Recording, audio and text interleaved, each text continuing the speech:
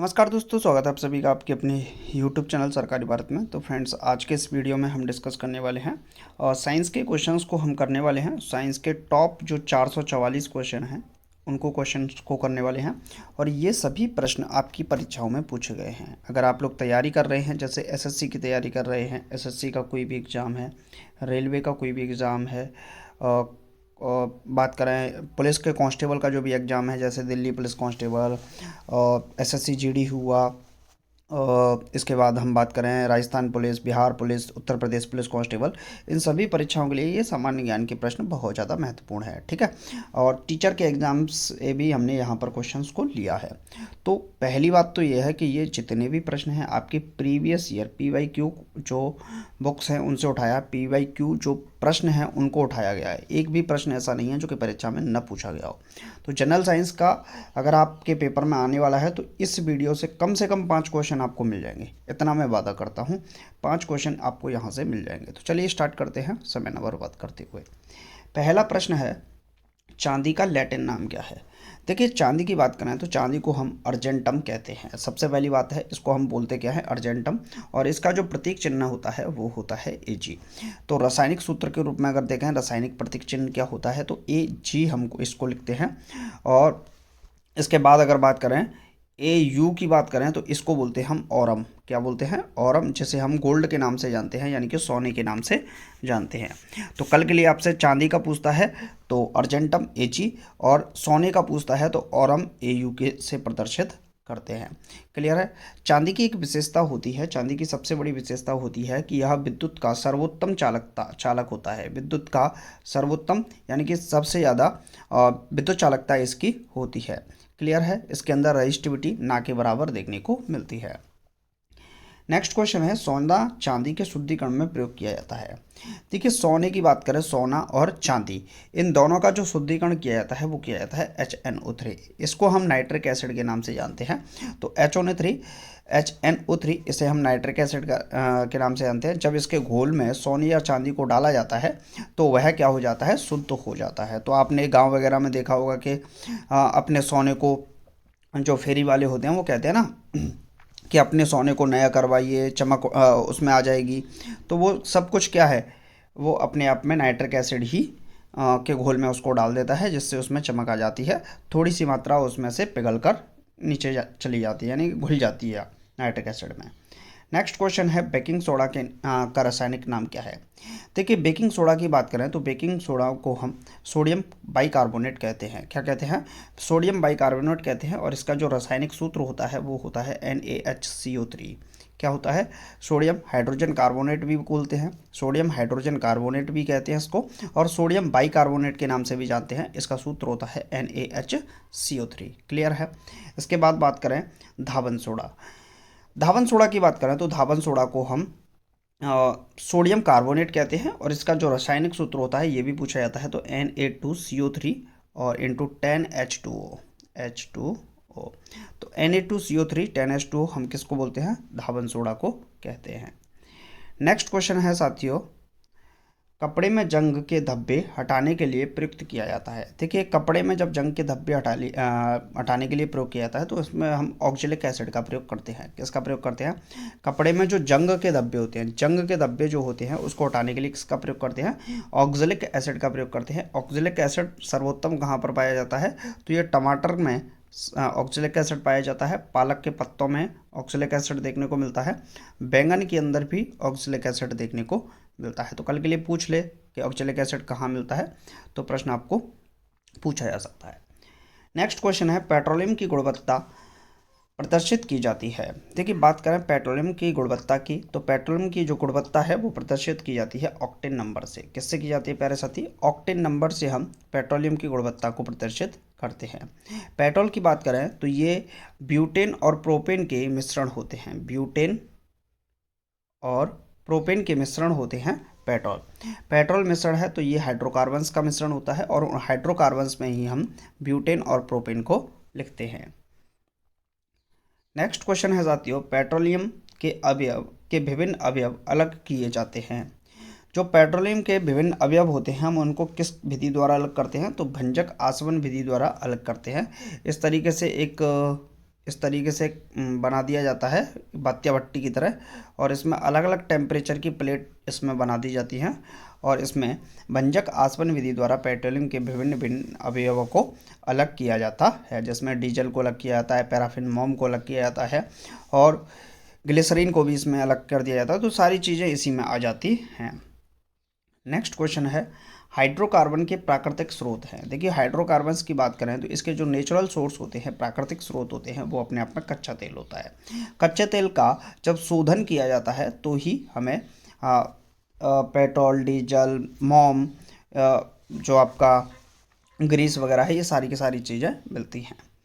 Next question है, गैसोहॉल मिश्रण है। देखिए गैसोहॉल की बात करें तो गैसोहॉल में दो चीज़ें देखने को मिलती हैं। पहली चीज़ होती है पेट्रोल, प्लस दूसरी चीज़ होती है एथेनॉल।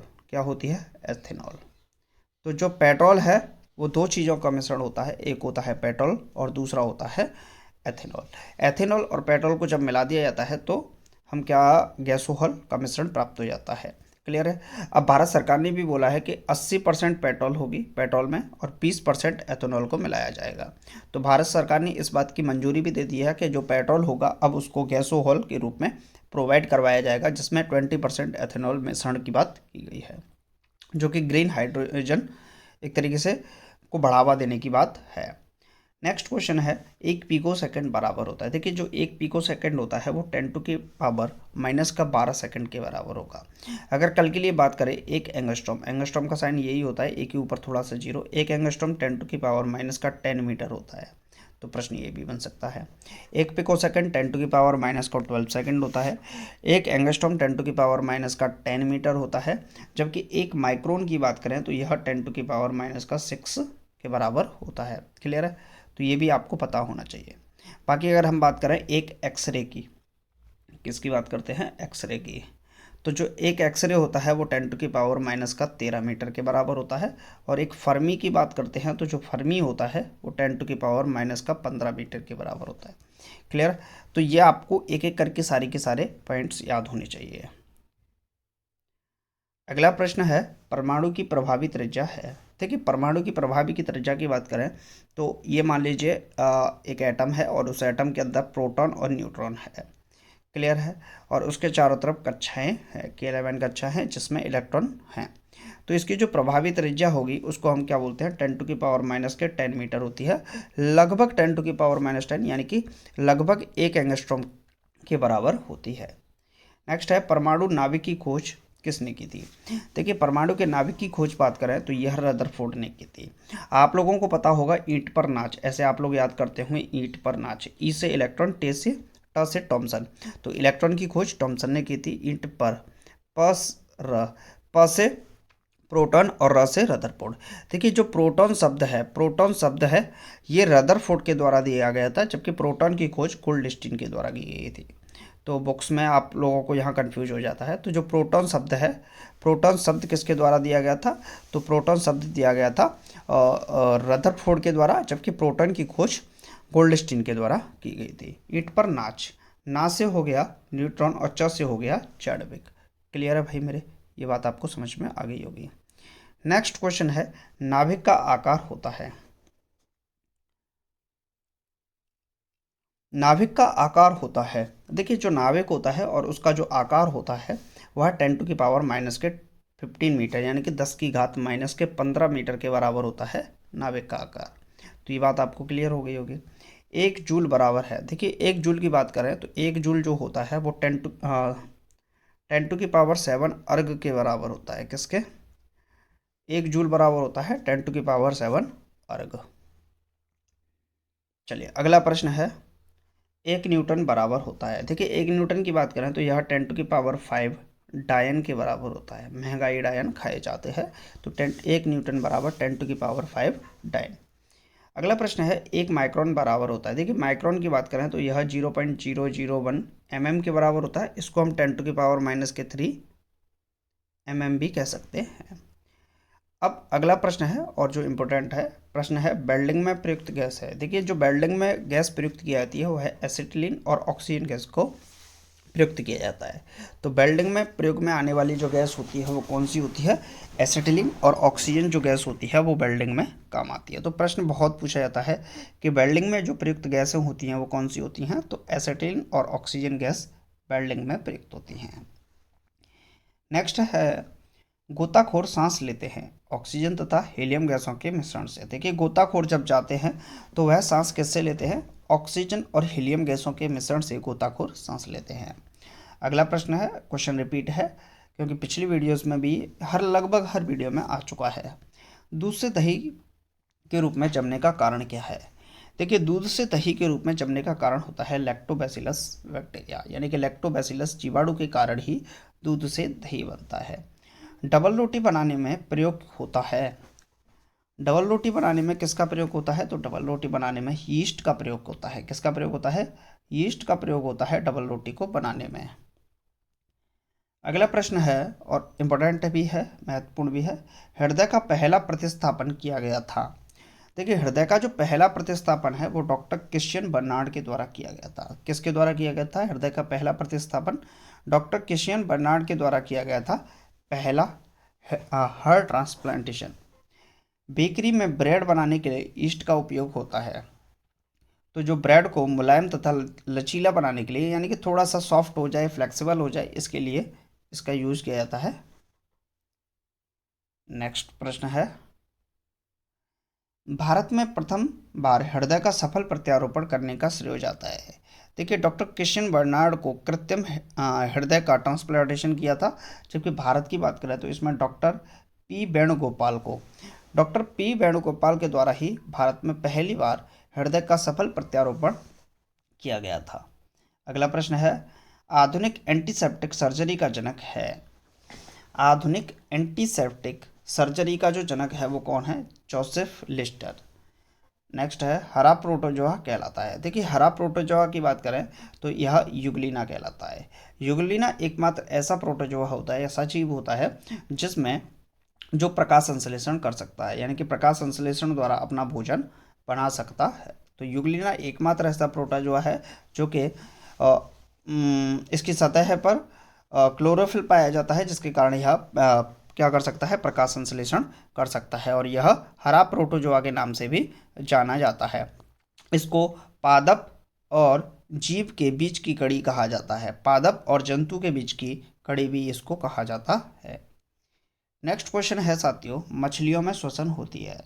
देखिए, जो मछलियाँ होती हैं वो गिल्स के द्वारा सांस लेती हैं। किसके द्वारा सांस लेती हैं मछलियाँ? गिल्स के द्वारा सांस लेती हैं। जबकि मेढक की बात करें तो मेढक किसके द्वारा? यह मेढक जो होता है यह उभयचर प्राणी होता है, और यह गिल्स के द्वारा भी सांस लेता है, यह फेफड़े के द्वारा भी सांस लेता है, फेफड़ों के द्वारा, और यह त्वचा के द्वारा, यानी कि जो स्किन होती है उसके द्वारा भी सांस लेता है। तो प्रश्न अगर कल के लिए पूछे मेढक श्वसन कैसे करता है, तो गिल्स के द्वारा, फेफड़ों के द्वारा और त्वचा के द्वारा भी यह श्वसन करता है। जबकि मछलियाँ केवल और केवल गिल्स के द्वारा ही श्वसन करती हैं। पानी के अंदर गिल्स की आवश्यकता होती है, जमीन पर फेफड़ों की आवश्यकता होती है, और मिट्टी के अंदर त्वचा से यह सांस ले लेता है मेढक। बात करें मछलियों की, तो मछलियों के जो हृदय होता है उसमें 2 चैम्बर होते हैं, जबकि मेढक जो होता है यह उभयचर होता है और उभयचर के 3 चैम्बर होते हैं। जबकि मनुष्य की बात करें तो मनुष्य का जो हृदय होता है इसमें कुल मिलाकर 4 चैम्बर होते हैं, जिसमें 2 अलिंद और 2 निलय होते हैं। क्लियर है भाई?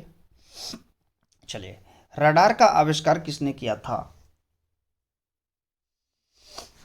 रडार का आविष्कार किसने किया? रडार का जो आविष्कार है वो अल्बर्ट टेलर के द्वारा किया गया था। किसके द्वारा किया गया था रडार का आविष्कार? अल्बर्ट टेलर के द्वारा किया गया था। अगला है, ऑक्टोपस है एक। ऑक्टोपस कैसा होता है? ऑक्टोपस का मतलब ही हो गया जिसके 8 पैर हों, सीधी बात ये है। और जब हम जंतु जगत की बात करते हैं तो यह सबसे बड़ा संघ होता है। इसमें लगभग 10 लाख जीव आते हैं। बात करें ऑर्थोपोडा जगत के अंतर्गत ये आता है। तो जो ऑक्टोपस है वो ऑर्थोपोडा जगत में आता है। ऑर्थोपोडा जगत के जितने भी प्राणी होते हैं उनके 8 पैर होते हैं, और लगभग 10 लाख के करीब इसमें जीव जंतु पाए जाते हैं। क्लियर है? और यह जो ऑक्टोपस होता है यह एक मृदुकवची होता है। कैसा होता है प्यारे साथी? मृदुकवची होता है। नेक्स्ट क्वेश्चन है, डायनासोर थे। देखिए डायनासोर की बात करें तो यह रेप्टाइल के अंतर्गत आते हैं। आपको देखने में कुछ भी लगे, लेकिन जो डायनासोर होते हैं वह रेप्टाइल में आते हैं और यह मोसेजोइक सरीसृप के अंतर्गत देखने को मिलते हैं। क्लियर है? तो जो डायनासोर है वो कैसे थे? मोसेजोइक सरीसृप थे। अगला प्रश्न है, डॉल्फिन वर्गीकृत किए जाते हैं। डॉल्फिन जो वर्गीकृत किए जाते हैं या किस में वर्गीकृत किए जाते हैं? स्तनी में। जो मैमल्स के अंतर्गत आते हैं, मैमल्स के अंतर्गत आते हैं कौन? और डॉल्फिन जो होती है, जो डॉल्फिन होती है वो मैमल्स के अंतर्गत आती है, डॉल्फिन मछली। क्लियर है? अगला है, सबसे बड़ा स्तनी है। देखिए स्तनी की बात करें तो सबसे बड़ा जो मैमल होता है वो कौन है? नीला हवेल। प्रश्न इंपॉर्टेंट है, बार बार पूछा जाता है। सबसे बड़ा स्तनी, सबसे बड़ा मैमल कौन होता है? तो नीला हवेल। रेशम के कीड़े पालने को कहते हैं। जो रेशम के कीड़े पाले जाते हैं उनको हम सेरीकल्चर के नाम से जानते हैं। तो इम्पोर्टेंट है, आसान भी है, इसमें दिमाग लगाने की इतनी आवश्यकता भी नहीं है। अगला प्रश्न था, इसमें छूट गया, एंटोमोलॉजी अध्ययन है। एंटोमोलॉजी में हम किसका अध्ययन करते हैं? एंटोमोलॉजी में हम कीटों का अध्ययन करते हैं। जबकि बात करें पोमोलॉजी, कल के लिए प्रश्न पूछे पोमोलॉजी, तो पोमोलॉजी में हम फलों का अध्ययन करते हैं। अगर फाइकोलॉजी की बात करें और माइकोलॉजी में कवकों का अध्ययन करते हैं, जबकि फाइकोलॉजी में हम शैवालों का अध्ययन करते हैं। तो ये प्रश्न भी आपके पूछे जा सकते हैं कहीं ना कहीं। अगला प्रश्न है, पक्षियों का अध्ययन क्या कहलाता है? तो और ऑर्निथोलॉजी पक्षियों का अध्ययन कहलाता है। तो पक्षियों का अध्ययन क्या कहलाता है? ऑर्निथोलॉजी। जबकि ऑस्टियोलॉजी की बात करें, ऑस्टियोलॉजी, इसमें हड्डियों का जो अध्ययन किया जाता है वो ऑस्टियोलॉजी में किया जाता है। अगला प्रश्न है, जनसंख्या का अध्ययन कहलाता है, तो इसे हम डेमोग्राफी कहते हैं। अस्थियों का अध्ययन ऑस्टियोलॉजी कहलाता है। ये प्रश्न अभी बताया था, फिर आ गया।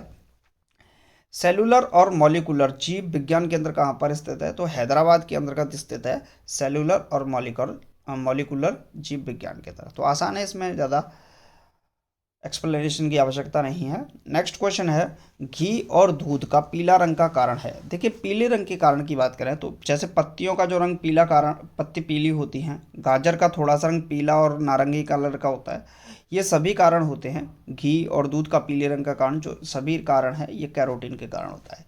पत्ती का पीलापन हो जाता है पतझड़ के मौसम में, गाजर पीली होती है थोड़ी सी, और गाय जो दूध है, घी है, ये सभी पीले होते हैं। तो इन सभी का कारण होता है कैरोटीन के कारण। क्लियर है? अब हम बात करें लाइकोपीन की, तो लाइकोपीन के कारण जो टमाटर होता है उसका जो लाल कलर होता है वो किसके कारण होता है? लाइकोपीन के कारण होता है। घी में भसा की मात्रा होती है, यानी कि जो फैट होता है वो घी के अंदर कितना होता है? 99% फैट होता है। तो प्रश्न इंपॉर्टेंट है, घी के अंतर्गत फैट कितना होता है, बसा की मात्रा कितनी होती है? तो 99%। दूध में बसा मापने का यंत्र है। देखिए इंपॉर्टेंट प्रश्न है और अगला प्रश्न यहाँ से बन सकता है। दूध के अंतर्गत बसा मापने का, दूध की शुद्धता मापनी है तो हम उसे लैक्टोमीटर के द्वारा मापते हैं, जबकि दूध के अंदर बसा को मापना है, फैट को मापना है तो उसे ब्यूटायरोमीटर के द्वारा मापा जाता है। अगला प्रश्न बात करते हैं, पुरुषों की नसबंदी क्या कहलाती है और स्त्रियों की नसबंदी क्या कहलाती है। देखिए यहाँ पर अगर हम बात करते हैं पुरुषों की नसबंदी, तो पुरुषों की बात करें तो यहाँ पर अगर बात करते हैं इस तरीके से, मान लीजिए ये और इस तरीके से, यहाँ से और ये इस तरीके से होता है। पुरुषों की नसबंदी के बारे में बात करते हैं तो यहाँ पर ये वाली बात जो है ये होते हैं टेस्टिस। पुरुषों के अंदर 2 टेस्टिस होती हैं जिनको हम वृषण के नाम से जानते हैं। इन टेस्टिस से ही क्या है? शुक्राणु निकलते हैं और जिस नली से होकर यह इस नली में जाते हैं, ये वाली जो नली होती है, ये दोनों नली, इनको बोलते हैं बैक्स। क्या बोलते हैं? बैक्स। और इन नलियों को ही डॉक्टर के द्वारा काट दिया जाता है, तो हम इसको बोल देते हैं पैसेक्टोमी, यानी कि पुरुषों की नसबंदी। जबकि इसी प्रकार अगर हम बात करते हैं महिलाओं के अंतर्गत, तो वहाँ पर थोड़ा इस तरीके से स्ट्रक्चर होता है और थोड़ा उनके अंतर्गत फैलोपियन ट्यूब होती है और वहाँ पर ट्यूब को काट दिया जाता है। तो जो ट्यूब को काटना होता है उसे बोलते हैं ट्यूबेक्टोमी, जिसे हम नलबंदी के नाम से भी जानते हैं। क्लियर है? तो महिलाओं के अंदर यानी कि स्त्रियों के अंतर्गत जो नसबंदी होती है हम उसे ट्यूबेक्टोमी कहते हैं, जबकि पुरुषों के अंदर जो नसबंदी होती है उसे बैसेक्टोमी के नाम से जानते हैं। अगला प्रश्न है, रेडियो सक्रियता की इकाई है। देखिए रेडियो सक्रियता की इकाई जो होती है वो क्यूरी होती है। मैडम क्यूरी एक वैज्ञानिक थी और इनके पति एक पियरे क्यूरी और इन्हीं के नाम पर रेडियो सक्रियता की इकाई को रखा गया था। अगला प्रश्न है, आहार नाल में स्टार्च के पाचन का अंतिम उत्पाद है। देखिए, आहार नाल जो होती है, जैसे हमने यहाँ से मान लीजिए भोजन खाया इस जगह से, और भोजन हमारी आहार नाल से होते हुए जा रहा है। क्लियर, यहाँ से आहार नाल से होते हुए जा रहा है। मैं अभी यहाँ स्ट्रक्चर बना नहीं पा रहा हूँ। जैसे ही भोजन कहाँ होता है, मुंह के अंदर पहुँचता है, यानी हमारी माउथ में पहुँचता है, तो भोजन होता है वो किस रूप में होता है, बसा के रूप में होता है। किस रूप में होता है, बसा के रूप में होता है। और इसमें टाइलिन नामक एंजाइम जो कि लार के अंतर्गत पाया जाता है, टाइलिन नामक एंजाइम लार के अंतर्गत पाया जाता है, इसकी उपस्थिति में अभिक्रिया होती है। अभिक्रिया का मतलब हो गया एक तरीके से, जब ये इसमें मिल जाते हैं तो माल्टोज का निर्माण हो जाता है। किसका निर्माण हो जाता है प्यारे साथी, माल्टोज का निर्माण होता है। हालांकि आहार नाल में स्टार्च का पाचन होता ही नहीं है, ये तो मुंह के अंदर ही स्टार्च का पाचन हो जाता है। जो आहार नली होती है, इसमें किसी भी प्रकार का कोई भी रासायनिक पाचन नहीं होता है, इसमें सिर्फ और सिर्फ भौतिक पाचन होता है। यानी कि जो हमारे गले की जो यहाँ पर ये जो नली है, गले वाली हिस्से में जो नली होती है, इसको आहार नाल बोलते हैं। और यहाँ पर सिर्फ और सिर्फ प्रकुंचन के द्वारा जो प्रकुंचन होता है उसके द्वारा भौतिक पाचन होता है, यानी कि उसकी लुगदी बनाने का यहाँ पर काम होता है। क्लियर है। अगला प्रश्न है, centre for DNA fingerprinting and diagnostic अवस्थित है, तो ये हैदराबाद के अंतर्गत ही स्थित है। नेक्स्ट है, लैक्रिमल ग्रंथियां स्रावित करती हैं। लैक्रिमल जो ग्रंथियां होती हैं या क्या स्रावित करती हैं, तो इनके द्वारा आंसुओं का स्रावन किया जाता है। तो लैक्रिमल ग्रंथियां क्या स्रावित करती हैं, आंसुओं को स्रावित करती हैं। एटीपी का निर्माण घटक क्या है, तो जो फ्रक्टोज होता है यह एटीपी का निर्माण घटक है। एटीपी को हम बोलते हैं एडिनोसिन ट्राइफॉस्फेट। मानव जगत का सबसे बड़ा संघ है। देखिए, मानव जगत का सबसे बड़ा संघ क्या है, अभी थोड़ी देर पहले ही मैंने आपको बताया था कि मानव जगत का सबसे बड़ा जो संघ होता है उसे हम ऑर्थोपोडा के नाम से जानते हैं। किस नाम से जानते हैं, ऑर्थोपोडा के नाम से जानते हैं।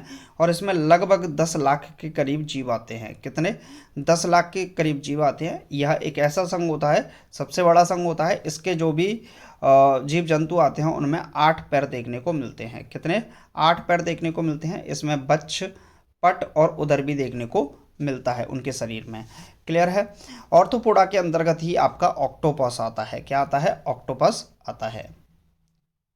नेक्स्ट क्वेश्चन है, संसार का सबसे बड़ा पक्षी है। संसार का सबसे बड़ा जो पक्षी होता है वो होता है शुतुरमुर्ग। क्या होता है, शुतुरमुर्ग। अब कल के लिए पूछ ले, संसार का सबसे बड़ी कोशिका क्या होती है, तो जो शुतुरमुर्ग का अंडा होता है यह सबसे बड़ी कोशिका होती है।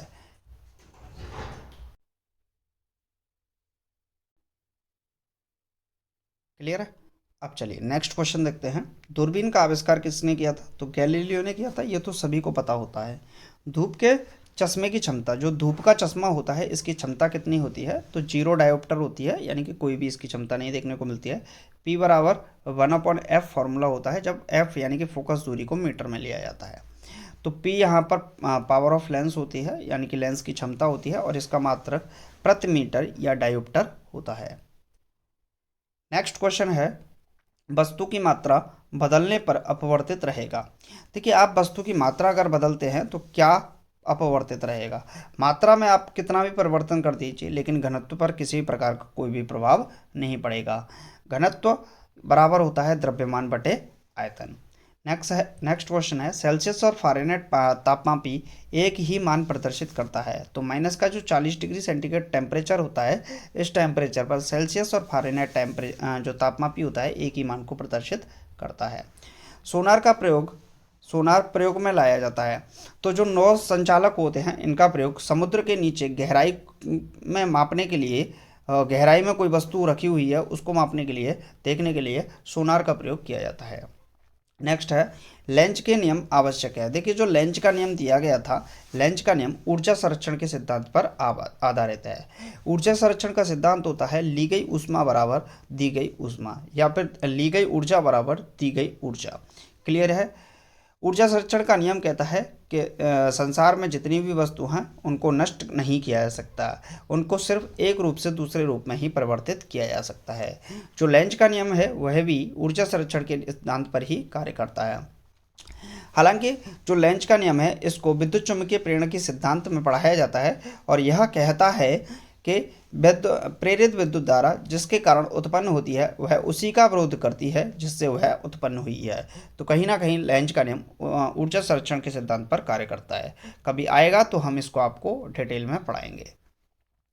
हॉर्न सिल्वर अयस्क है। देखिए हॉर्न सिल्वर जो अयस्क होता है ये चांदी का अयस्क होता है।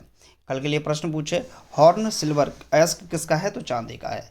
चांदी का निष्कर्षण होता है, देखिए चांदी का जो निष्कर्षण है वो अर्जेंटाइट से होता है। किससे होता है प्यारे साथी? अर्जेंटाइट के द्वारा चांदी का निष्कर्षण किया जाता है। साधारण नमक का रासायनिक सूत्र क्या है, तो ये तो सभी को पता है NaCl, जिसको हम Na पॉजिटिव प्लस क्लोरीन पे नेगेटिव आयन होता है, ये बात यहाँ पर समझ लीजिए। समुद्र जल में सर्वाधिक मात्रा में पाया जाने वाला लवण है, तो जो NaCl है सोडियम क्लोराइड है, समुद्र जल में सर्वाधिक मात्रा में पाया जाने वाला लवण है और इसी के कारण समुद्र का पानी जो होता है वो थोड़ा सा खारी होता है। चूने के पानी को दूधिया कर देता है।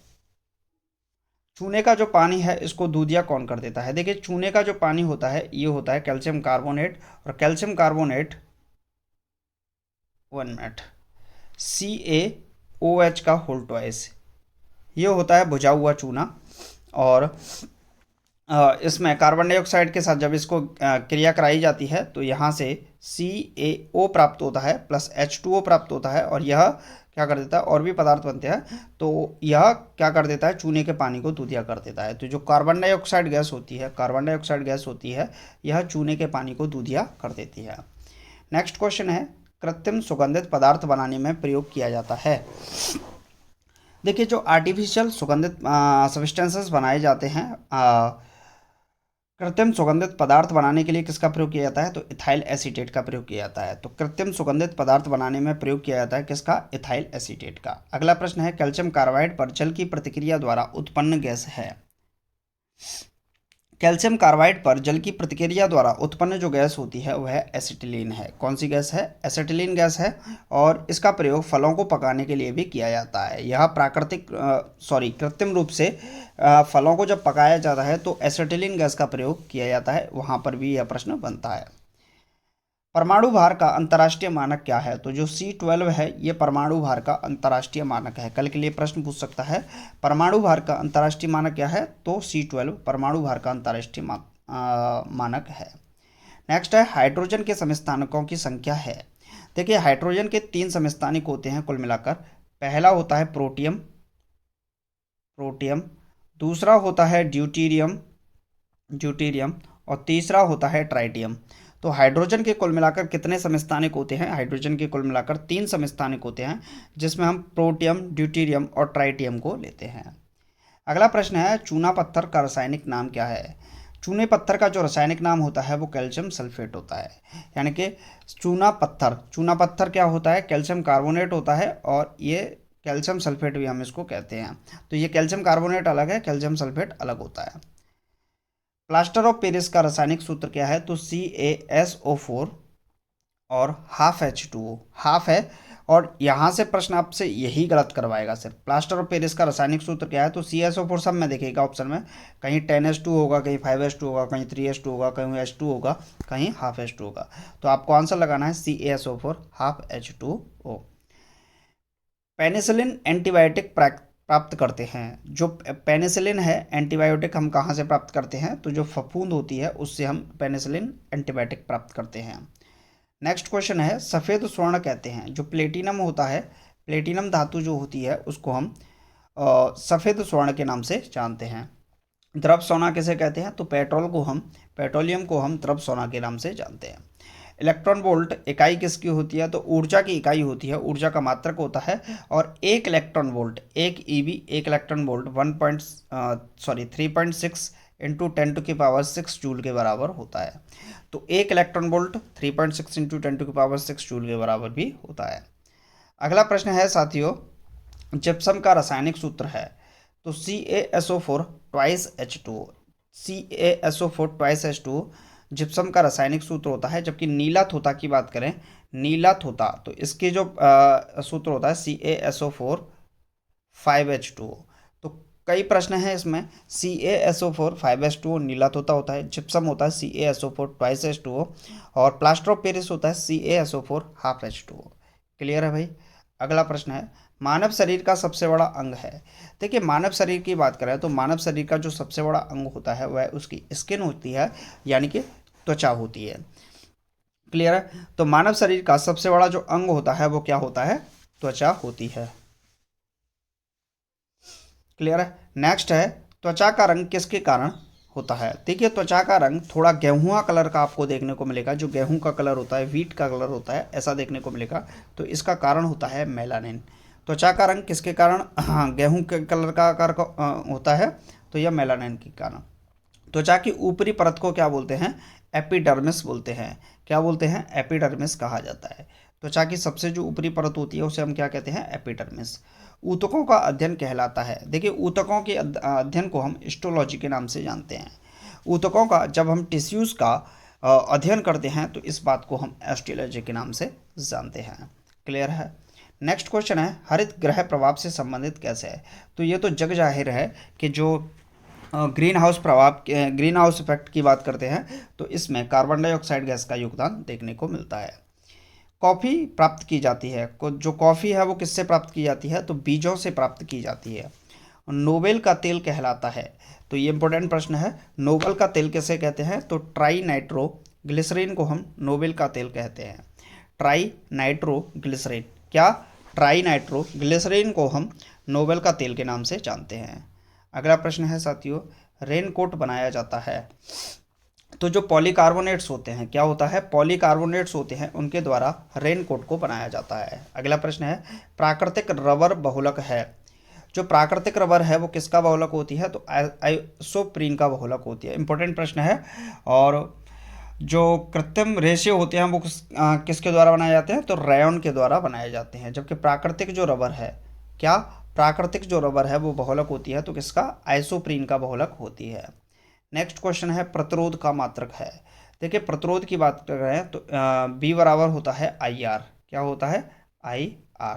तो R बराबर निकलेंगे V/I। क्लियर है, यानी कि वोल्ट अपॉन एम्पियर। क्लियर है।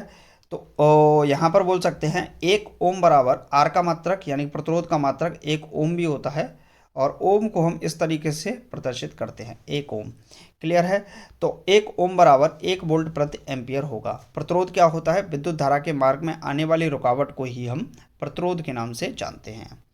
अगला प्रश्न है, ल्यूमेन इकाई है। देखिए ल्यूमेन जो इकाई होती है, जो ज्योति फ्लक्स का मात्रक होता है वह होता है ल्यूमेन। जबकि कैंडेला किसका मात्रक होता है, ज्योति तीव्रता का। दोनों प्रश्न आने चाहिए। ल्यूमेन होता है ज्योति फ्लक्स का मात्रक, जबकि कैंडेला ज्योति तीव्रता का मात्रक होता है। परावैंगनी किरणों को अवशोषित करता है। लगाइए राइट आंसर क्या होगा। परावैंगनी किरणों को अवशोषित करने का काम कौन करेगा, तो इसको ओजोन परत करेगी। एक्सरे का शोधक था। तो जो एक्सरे की खोज की थी वो किसके द्वारा की गई थी, रोंटगन के द्वारा की गई थी। तो प्रश्न इंपॉर्टेंट है, आ सकता है। अगला प्रश्न है, एक लड़की झूले में बैठकर झूल रही है, यदि वह एकाएक खड़ी हो जाए तो दोलन काल कम हो जाएगा। आखिरकार कारण क्या है। देखिए लड़की अगर झूले में बैठकर झूल रही है और यदि एकाएक खड़ी हो जाए तो दोलन काल कम हो जाता है। उसका कारण होता है, उसका कारण क्या है, तो कहीं ना कहीं अगर देखा जाए, लड़की जब खड़ी होगी, झूल रही होगी, तो उसका जो आवर्तकाल है वो क्या हो जाएगा, कम हो जाएगा। क्लियर है। तो यही प्रश्न था कि आवर्तकाल क्या हो जाएगा, कम हो जाएगा। अगला प्रश्न है, जड़त्व आघूर्ण का मात्रक है। तो किलोग्राम मीटर स्क्वायर जड़त्व आघूर्ण का मात्रक होता है। इसके बारे में थोड़ा सा डिटेल में हम वीडियोस में बता ही देंगे। नेक्स्ट है, जब किसी गतिमान पिंड की गति हो तब उसमें लगने वाला समय होगा। देखिए जब किसी गतिमान पिंड की गति हो तब उसमें जो लगने वाला समय होगा वो क्या होगा, आधा होगा। पक्षियों में प्राय एक ही होता है। तो पक्षियों की बात करें तो पक्षियों में एक ही अंडाशय होता है। यानी कि अगर मनुष्य की बात करें तो मनुष्य में जो फीमेल होती हैं उन फीमेल के अंतर्गत 2 एस्ट्रोजन पाए जाते हैं। एस्ट्रोजन को हम बोल सकते हैं अंडाशय पाए जाते हैं, क्योंकि इन अंडाशयों से ही जो ओवरी होती है, ओवरी के अंदर ही ओव्यूल्स होता है, अंडा होते हैं, अंडाणु होते हैं, और यहीं पर एस्ट्रोजन भी देखने को मिलता है। तो कहीं ना कहीं अगर बात करें तो फीमेल के अंतर्गत क्या होता है, 2 एस्ट्रोजन देखने को मिलते हैं, और सॉरी 2 अंडाशय देखने को मिलते हैं, जबकि पक्षियों की बात करें तो इनमें एक ही अंडाशय होता है। पक्षियों में कितने अंडाशय होते हैं, एक ही होता है। अगला प्रश्न है, व्यक्ति का भार उस लिफ्ट में अधिक होगा जो ऊपर की ओर त्वरित हो रही हो।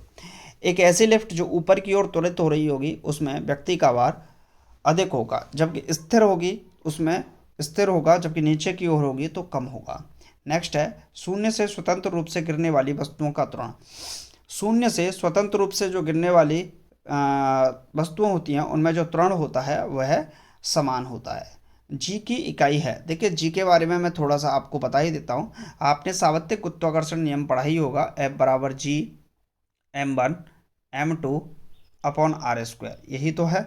तो यहाँ पर अगर जी की बात करें तो ये होता है F R square upon m1 m2। F होता है न्यूटन, आर होता है मीटर स्क्वायर, और ये होता है प्रति किलोग्राम स्क्वायर, यानी कि न्यूटन मीटर स्क्वायर प्रति किलोग्राम स्क्वायर किसका मात्रक होता है, जी का मात्रक होता है। अगला है, स्प्रिंग को अपनी सामान्य लंबाई पर वापस लौटाने के लिए लगने वाला बल कहलाता है। देखिए स्प्रिंग को जब अपनी सामान्य लंबाई पर वापस लौटाने के लिए जो बल लगा होता है उसको हम प्रत्यानयन बल के नाम से जानते हैं। गतिमान वस्तु में होती है, गतिमान वस्तु है उसके अंतर्गत गतिज ऊर्जा होगी। गतिज ऊर्जा को हम के से डिनोट करते हैं और यह होता है हाफ mv² के बराबर। क्लियर है, तो ये भी आपको आ ही गया होगा। नेक्स्ट क्वेश्चन है, चलती गाड़ी में बैठे आदमी की ऊर्जा होगी। चलती गाड़ी में बैठे आदमी की ऊर्जा जो होती है उसमें गतिज ऊर्जा और स्थितिज ऊर्जा दोनों ही होती हैं। गतिज ऊर्जा गति के कारण होती है, जबकि स्थितिज ऊर्जा ऊंचाई के द्वारा, हाइट के द्वारा देखने को मिलती है। न्यूटन के गति के प्रथम नियम से परिभाषा मिलती है। देखिए जो न्यूटन का प्रथम नियम है उससे F बराबर ma की परिभाषा मिलती है। न्यूटन की गति का प्रथम नियम है, यदि कोई वस्तु विरामावस्था में है तो वह विरामावस्था में ही रहेगी, गति की अवस्था में है तो गति की अवस्था में रहेगी, जब तक कि उस पर किसी प्रकार का कोई बाह्य बल न लगाया जाए। अगला प्रश्न है साथियों, एक वस्तु का जड़त्व निर्भर करता है। तो देखिए वस्तु का जो जड़त्व निर्भर करता है उसके मास यानी कि द्रव्यमान पर निर्भर करता है। इनर्शिया जो होता है वस्तु के द्रव्यमान पर निर्भर करता है। एनीमोमीटर का उपयोग किया जाता है, तो जो हवा का वेग है, पवन का वेग है, उसको मापने के लिए हम एनीमोमीटर की प्रयोग करते हैं। ताप का एसआई मात्रक क्या है। देखिए मात्रक की बात करें तो एक मात्रक होता है एसआई, इसी को हम MKS के नाम से भी जानते हैं, और दूसरा होता है CGS पद्धति। 2 प्रकार के सिस्टम दिए गए थे। एसआई पद्धति की बात करें तो यह फ्रेंच सरकार के द्वारा दी गई थी। क्लियर है, तो ताप का जो एसआई मात्रक होता है वह होता है केल्विन। क्या होता है, केल्विन। नेक्स्ट क्वेश्चन है, कोण का मात्रक होता है। तो कोण का जो मात्रक होता है उसे हम रेडियन कहते हैं। जैसे आपने देखा होगा ये कोई वृत्त है और यहाँ से यहाँ पर कोई कोण बनना है, मान लीजिए 30 डिग्री का कोण बनना है, तो हम इसको रेडियन में कन्वर्ट कर लेते हैं। तो जो कोण का मात्रक होता है वह रेडियन होता है। मैनोमीटर का उपयोग किया जाता है। चलिए बताइए इस क्वेश्चन का आंसर क्या होगा। मैनोमीटर का उपयोग किया जाता है, तो मैनोमीटर का उपयोग दाब मापने के लिए किया जाता है। किसके लिए किया जाता है, दाब मापने के लिए मैनोमीटर का प्रयोग किया जाता है। चलिए नेक्स्ट क्वेश्चन है, अगला प्रश्न आपकी स्क्रीन पर आ चुका है। क्वेश्चन है, किसी सदिश का परिमाण कभी भी नहीं हो सकता। किसी सदिश का परिमाण कभी भी नहीं हो सकता। तो देखिए कोई भी सदिश है उसका जो परिमाण है कभी भी ऋणात्मक नहीं हो सकता।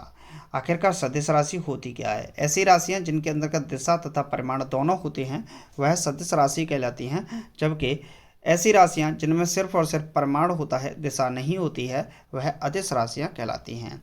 सदिश राशियां कभी भी परिमाण उनका चाहे सदिश राशि हो या अदिश राशि हो, परिमाण तो किसी का भी ऋणात्मक नहीं होगा। जब एक वस्तु की गति दोगुनी की जाती है तो उसकी गति ऊर्जा क्या हो जाती है, तो वह चौगुनी बढ़ जाती है। ये आसान है। शुष्क सेल में जो ऊर्जा संग्रहित होती है वह है, देखिए जो शुष्क सेल होते हैं उसमें जो ऊर्जा संग्रहित होती है वह रासायनिक ऊर्जा होती है। रासायनिक ऊर्जा ही शुष्क सेल के अंतर्गत संग्रहित रहती है। नेक्स्ट क्वेश्चन है, किसी वस्तु का संवेग निर्भर करता है। देखिए P बराबर फॉर्मूला होता है m इंटू वेग, m इंटू वी। क्या होता है, m इंटू वी, यानी कि किसी वस्तु के द्रव्यमान और उसके वेग का गुणनफल ही वस्तु का संवेग कहलाता है, जिसे हम मोमेंटम कहते हैं।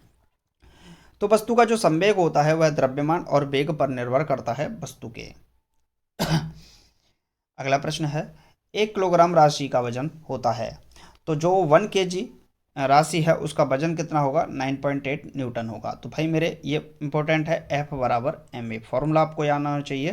तो F बराबर m का मतलब हो गया 1 kg और ये होता है a 9.8 मीटर पर सेकंड स्क्वायर। तो F बराबर mg बोल सकते हैं। तो ये बन जाएगा किलोग्राम मीटर पर सेकंड स्क्वायर, 9.8 किलोग्राम मीटर पर सेकंड स्क्वायर, और यही हमारा 9.8 न्यूटन के बराबर होता है। तो 1 किलोग्राम राशि का जो वजन होगा वो कितना होगा? 9.8 न्यूटन होगा। अगला प्रश्न है, 1 जूल बराबर होता है, तो 1 जूल क्या होगा? यहाँ गलत है, 10⁻7 अर्ग के बराबर होता है। किसके? अर्ग के बराबर होता है। तो ये भी इम्पोर्टेंट है। क्लियर है भाई? अगला है, नॉट का उपयोग होता है, तो जलयानों की जो गति है उसको मापने के लिए नॉट का प्रयोग करते हैं। जलयानों की गति को मापने के लिए नॉट का प्रयोग करते हैं। एक लिफ्ट में किसी व्यक्ति का प्रत्यक्ष भार वास्तविक भार से कम होता है जब लिफ्ट जा रही हो। देखिए, जब बस जो लिफ्ट है वो नीचे की ओर जाती है, तो नीचे की ओर जाने पर लिफ्ट में क्या होगा? जो भार है, वस्तु का वास्तविक भार है, वह प्रत्यक्ष भार से कम देखने को मिलता है। जबकि अगर लिफ्ट ऊपर की ओर जा रही है तो वह अधिक देखने को मिलता है। जबकि वह स्थिर होती है तो स्थिर होता है। एक बार बराबर होता है, तो एक बार 10⁵ पास्कल के बराबर होता है। ये इंपॉर्टेंट है भाई, इसको याद कर लीजिएगा। एक बार क्या होता है? 10⁵ पास्कल के बराबर होता है। जबकि अगर हम बात करते हैं 1 न्यूटन की बराबर बात करें तो यह 10⁵ डायन के बराबर होता है। तो ये भी आपको आना चाहिए। अगला प्रश्न है, किसी घड़ी के लोलक की लंबाई बढ़ाए जाने पर अवधि बढ़ती है तथा घड़ी पीछे हो जाती है। अगला है, जब लोलक की घड़ी की लंबाई चौगुनी हो जाती है तो उसकी समयावधि यानी कि आवर्तकाल भी क्या हो जाएगा? दो गुना हो जाएगा। चलिए, अगला प्रश्न है साथियों, एक गैस के पात्र में दाब बढ़ाया जाता है तो उसका द्रव्यमान। देखिए, चाहे आप दाब बढ़ाइए या फिर टेम्परेचर बढ़ाइए, कुछ भी करिए, जो द्रव्यमान है वो अपने आप में अपरिवर्तित रहता है। द्रव्यमान चाहे पृथ्वी पर हो, चंद्रमा पर हो, ध्रुवों पर हो, विषुवत रेखा पर हो, पृथ्वी के बीचों बीच केंद्र पर हो, कहीं भी हो, द्रव्यमान पर किसी भी चीज़ का कोई प्रभाव नहीं पड़ता, क्योंकि द्रव्यमान उस पदार्थ का विशिष्ट गुण होता है। द्रव्यमान क्या होता है? किसी भी पदार्थ का उसका स्पेसिफिक जो क्वालिटी है वह होती है। जबकि अगर हम बात करें द्रव्यमान, मान लीजिए ये चंद्रमा है और ये पृथ्वी है, तो अगर द्रव्यमान तो सेम होगा लेकिन भार में परिवर्तन हो जाता है। क्लियर है? द्रव्यमान क्या होता है? विदाउट ग्रेविटी बोल सकते हैं, जबकि जो भार होता है विद ग्रेविटी होता है। अगला प्रश्न है, तो ये क्या रहेगा? सदैव अपवर्तित रहेगा। कोणीय वेग का इकाई है। देखिए, कोणीय वेग की बात करें तो कोणीय वेग की इकाई, कोण की मात्रक होता है रेडियन, और वेग लगा दिया तो पर सेकंड आप लगा सकते हैं। तो कोणीय वेग रेडियन पर सेकंड इसका मात्रक हो जाएगा। अगला प्रश्न है साथियों, एक आवेशित खोखले गोलक के अंतर्गत किसी जगह विद्युत क्षेत्र का मान होता है। देखिए, आवेशित खोखला गोलक है और गोलक के अंदर किसी भी जगह क्षेत्र का मान क्या होगा? 0 होगा। स्प्रिंग नियंत्रित उपकरणों का प्रयोग करके घंटे के दौरान उपकरणों पर रखकर पाठ्यांक के लिए जाने का सुझाव दिया जाता है। तो यह ऊर्ध्वाधर। अगला प्रश्न है, शुद्ध रूप से प्रेरणिक एक विद्युत परिपथ में धारा वोल्टता के पक्ष हैं, तो ठीक 90 डिग्री द्वारा। ये थोड़ा सा आपको पढ़ना पड़ेगा। चलिए, तो कहाँ से था? यहाँ से। क्लियर है? तो यहाँ से देखते हैं कौन हाइपोथैलेमस से संदेश पाता है और अंतःस्रावी ग्रंथियों को संप्रेषित करता है। तो यह करता है पीयूष ग्रंथि। पीयूष ग्रंथि को ही हम पिट्यूटरी ग्रंथि बोलते हैं और इसी को हम मास्टर ग्रंथि के नाम से भी जानते हैं। पीयूष ग्रंथि कहो, मास्टर ग्रंथि कहो, मास्टर ग्रंथि कहो, पीयूष ग्रंथि कहो, पिट्यूटरी ग्लैंड कहो, कुछ भी कहो, कोई फर्क नहीं पड़ता, एक ही नाम है। पीयूष ग्रंथि क्या करती है? यह ग्रंथियों की ग्रंथि होती है, यानी कि मानवीय शरीर के अंतर्गत जितनी भी ग्रंथियां हैं उनको कंट्रोल करने का काम पीयूष ग्रंथि करती है, सिर्फ और सिर्फ हाइपोथैलेमस ग्रंथि को छोड़कर। तो जितनी भी ग्रंथियां हैं वह संदेश देती हैं पीयूष ग्रंथि को, मास्टर ग्रंथि को, और यह मास्टर ग्रंथि हाइपोथैलेमस ग्रंथि को कंट्रोल करती है। सॉरी, जो हाइपोथैलेमस ग्रंथि है वह पीयूष ग्रंथि को कंट्रोल करती है। तो पीयूष ग्रंथि हाइपोथैलेमस ग्रंथि को संदेशों को संप्रेषित कर देती है और यह हाइपोथैलेमस ग्रंथि संदेशों को पुनः अंतःस्रावी ग्रंथियों को संप्रेषित कर देती है। क्लियर है भाई? चलिए नेक्स्ट क्वेश्चन है, द्रवीभूत पेट्रोलियम गैस में प्रधानता होती है। देखिए, जो द्रवीभूत पेट्रोलियम गैस होती है इसमें प्रधानता क्या होती है? ब्यूटेन और प्रोपेन की प्रधानता होती है। तो जो ब्यूटेन होते हैं, प्रोटेन होते हैं, इसकी प्रधानता होती है। नहीं तो आपको हाइड्रोकार्बन्स भी ऑप्शन में देखने को मिलेगा। कल के लिए आपको देखने को मिल जाए गैसोहॉल क्या होता है, गैसोहॉल। तो इसकी बात करें, इसमें पेट्रोल और इथेनॉल को जब मिला दिया जाता है तो गैसोहॉल का मिश्रण बन जाता है। अगला प्रश्न है, वायुमंडलीय स्तर जो रेडियो तरंगों को परावर्तित करता है उसे कहा जाता है।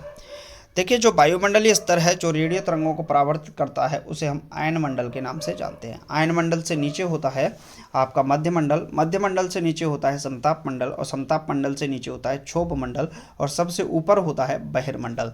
तो सबसे नीचे कौन सा होगा? क्षोभ मंडल होगा, उससे ऊपर समताप मंडल होगा, उसके ऊपर मध्य मंडल होगा, फिर उसके ऊपर आयन मंडल होगा, और उसके ऊपर बहिर्मंडल होगा।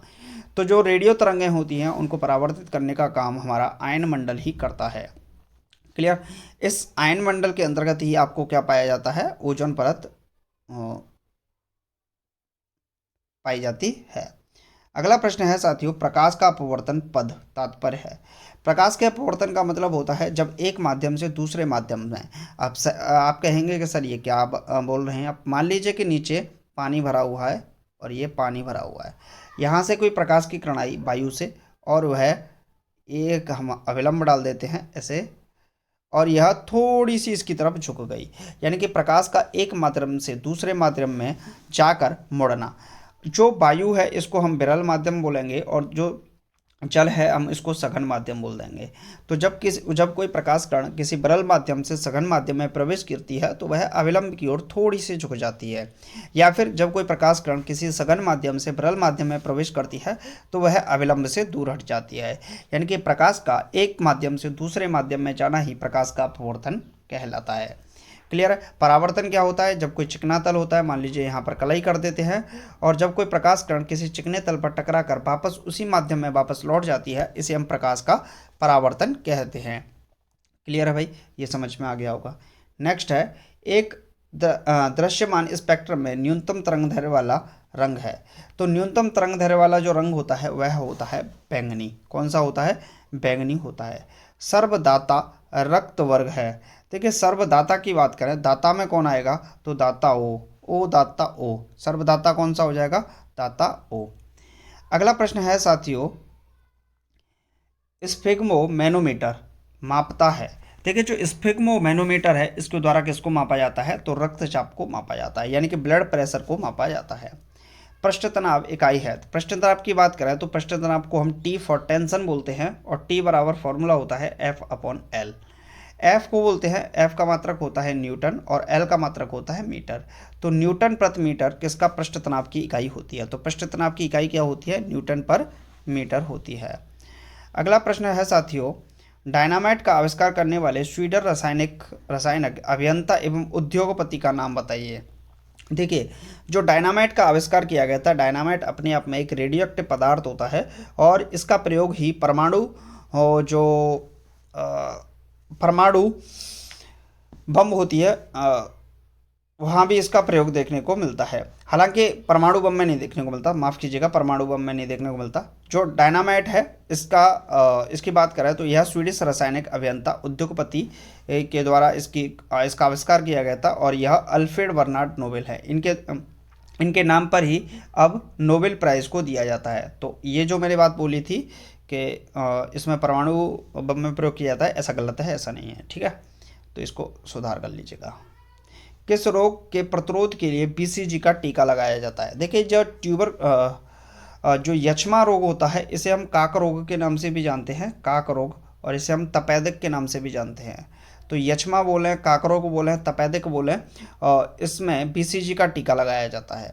अगला प्रश्न है, गणना में सहायक गणितीय साधन के रूप में लघु गणक की संकल्पना किसने की? तो जॉन नेपियर के द्वारा। जो जॉन नेपियर है इसके द्वारा लघु गणक की संकल्पना की। अगला प्रश्न है साथियों, रेडियो धर्मिता की खोज किसने की? तो जो रेडियोधर्मिता है इसकी खोज हेनरी बैक्यूरेल के द्वारा की गई थी।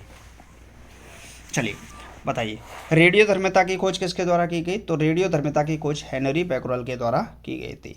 अगला प्रश्न है कौन विटामिन बी कॉम्प्लेक्स समूह से संबंधित नहीं है? देखिए इसके बारे में मैं थोड़ा सा डिटेल में आपको बता ही देता हूँ विटामिन के बारे में। विटामिन की बात करें तो 1911 में वैज्ञानिक फंक के द्वारा विटामिन शब्द की खोज की गई थी। तो विटामिन शब्द दिया गया था, ठीक है। अब विटामिन को बताया गया था कि ए विटामिन, बी के कई रूप बताए, C vitamin, D vitamin, E vitamin और के विटामिन। महत्वपूर्ण यही है। विटामिन ए की बात करें तो इसको हम रेटिनॉल के नाम से जानते हैं, जबकि विटामिन बी को हम थायमीन के नाम से जानते हैं, विटामिन सी को एस्कॉर्बिक एसिड के नाम से जानते हैं, विटामिन डी को रिकेट्स के नाम से जानते हैं, कैल्सीफेरॉल के नाम से जानते हैं, विटामिन ई को विटामिन के को फिलोक्नॉन के नाम से जानते हैं। तो इस तरीके से जानते हैं। विटामिन ई का अभी मुझे याद नहीं आ रहा है, ठीक है। तो इसमें अगर बात करें विटामिन बी कॉम्प्लेक्स समूह से संबंधित नहीं है तो एस्कॉर्बिक एसिड, और इसके अंतर्गत जो आता है विटामिन सी आता है। विटामिन सी की खोज वैज्ञानिक हलकट के द्वारा की गई थी। तो ये प्रश्न भी आपसे बन सकता है। नेक्स्ट है, दिन के समय पौधे कार्बन डाइऑक्साइड लेते हैं और ऑक्सीजन छोड़ते हैं। तो ये तो बात नॉर्मल है। सोल्डर यानी कि टाँके की बात करें तो मिश्र धातु है। जो सोल्डर हुआ, टाँका हुआ, ये मिश्र धातु होती है टिन तथा सीसा की। सोल्डर जो होता है, टाँका जो होता है, वो मिश्र धातु किसकी होती है? टिन तथा सीसा की। अगला प्रश्न है, प्रेशर कुकर में खाना जल्दी क्यों बनता है? देखिए जो प्रेशर कुकर होता है उसमें खाना जल्दी बनता है, उसका कारण है खाने का जो बॉइलिंग पॉइंट है वो बढ़ जाता है, पानी का क्वथनांक क्या है? बढ़ जाता है।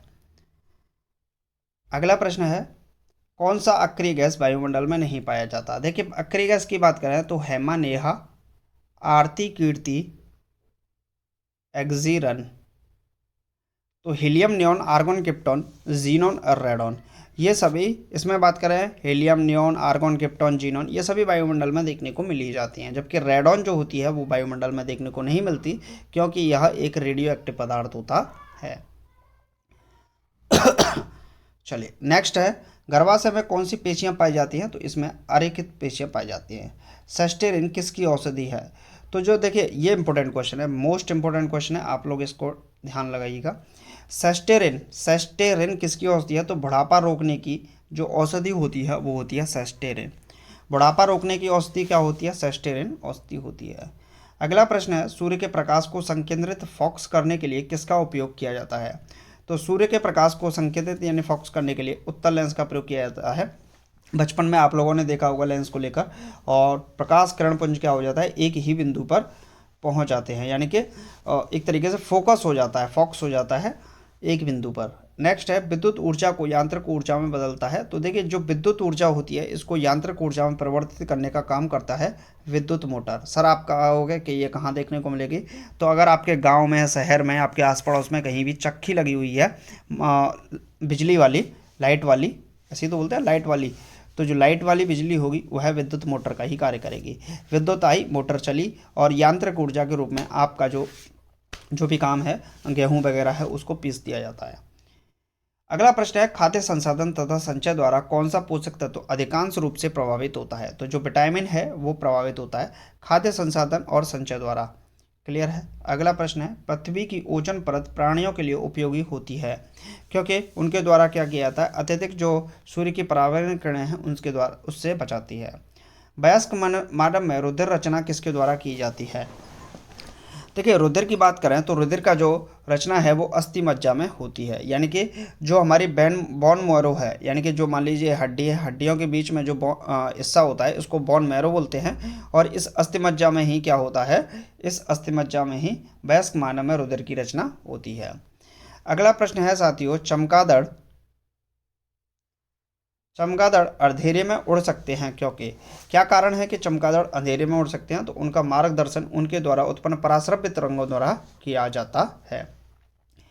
भूकंपीय तरंगें रिकॉर्ड की जाती हैं। तो देखिए जो भूकंप की तरंगें हैं उनको सिस्मोग्राफ पर रिकॉर्ड किया जाता है, सिस्मोग्राफ। अगला प्रश्न है, प्रदूषित जल पीने के पश्चात आप भलीभांति किस लक्षण का विकास करेंगे?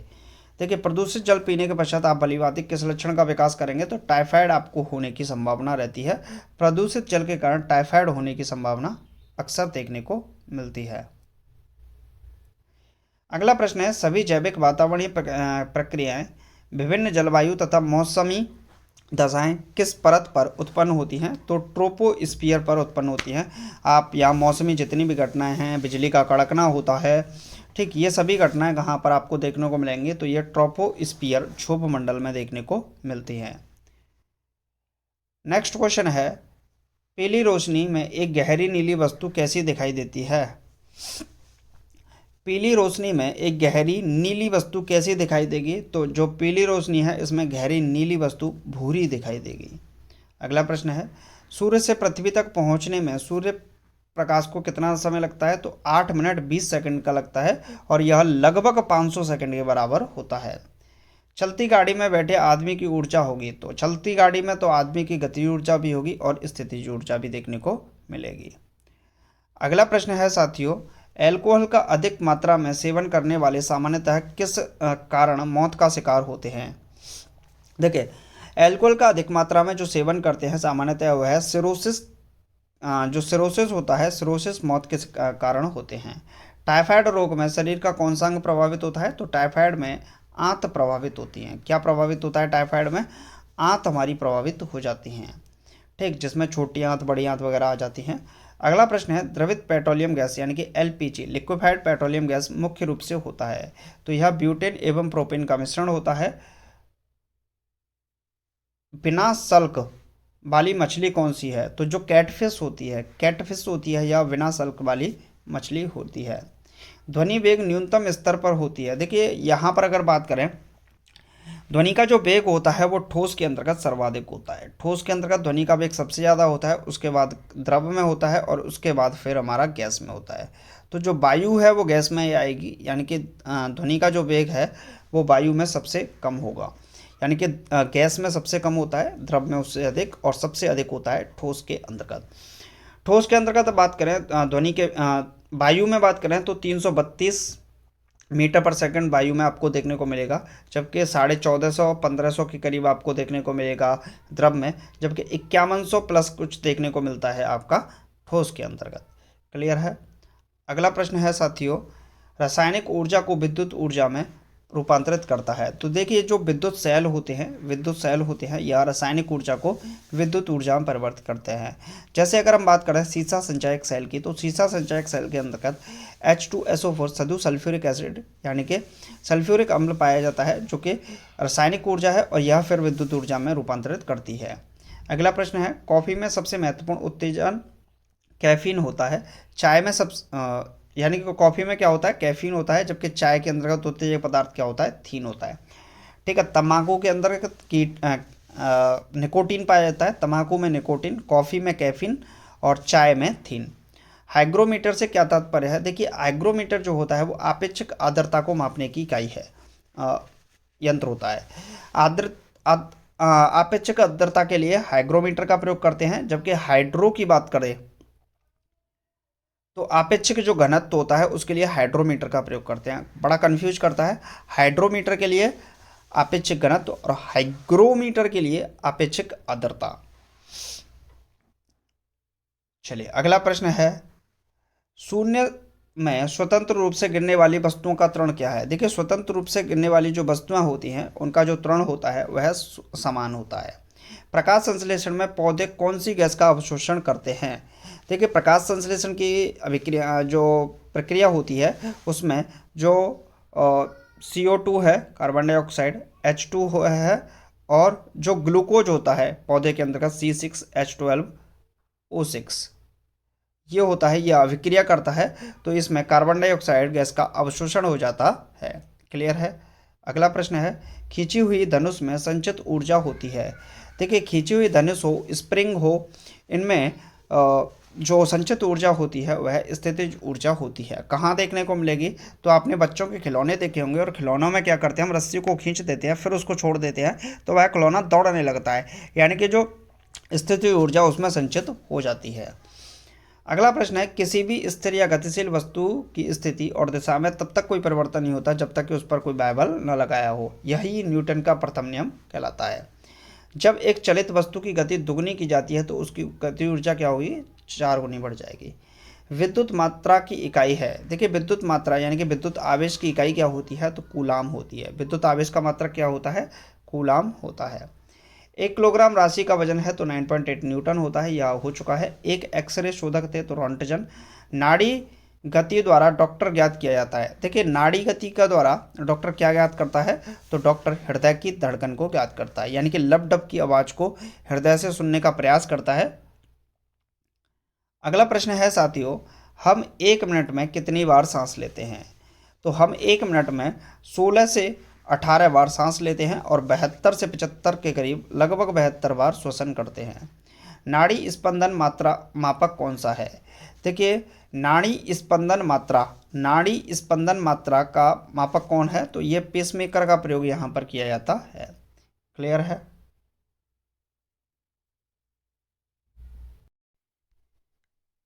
चलिए तो अगला क्वेश्चन देखते हैं। अगला नेक्स्ट क्वेश्चन है, एक्स किरणें पार नहीं कर सकती हैं।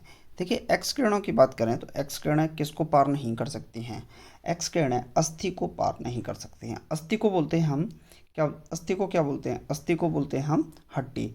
और हड्डी जो बनी होती है वो कैल्शियम फॉस्फेट की बनी होती है, इसमें कैल्शियम की मात्रा होती है, फास्फोरस की मात्रा होती है।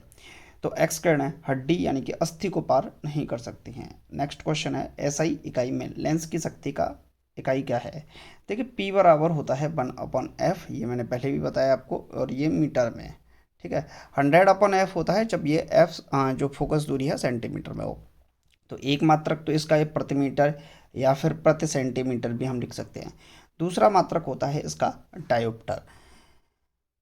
ये होता है डायोप्टर, जो यूनिट होती है पावर ऑफ लेंस, यानी कि लेंस की क्षमता, लेंस की शक्ति की इकाई होती है। अगला प्रश्न है, DOS का क्या अर्थ है, तो इसका मतलब होता है डिस्क ऑपरेटिंग सिस्टम होता है।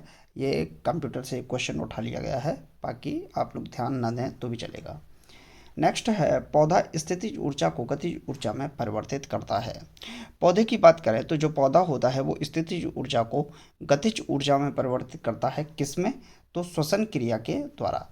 श्वसन क्रिया के द्वारा, श्वासोच्छ्वास की क्रिया के द्वारा, श्वसन क्रिया के द्वारा, रेस्पिरेटरी सिस्टम के द्वारा पौधा स्थितिज ऊर्जा को, जो पोटेंशियल एनर्जी उसकी होती है, उसको काइनेटिक एनर्जी में परिवर्तित कर देता है, यानी कि गति ऊर्जा में बदल देता है।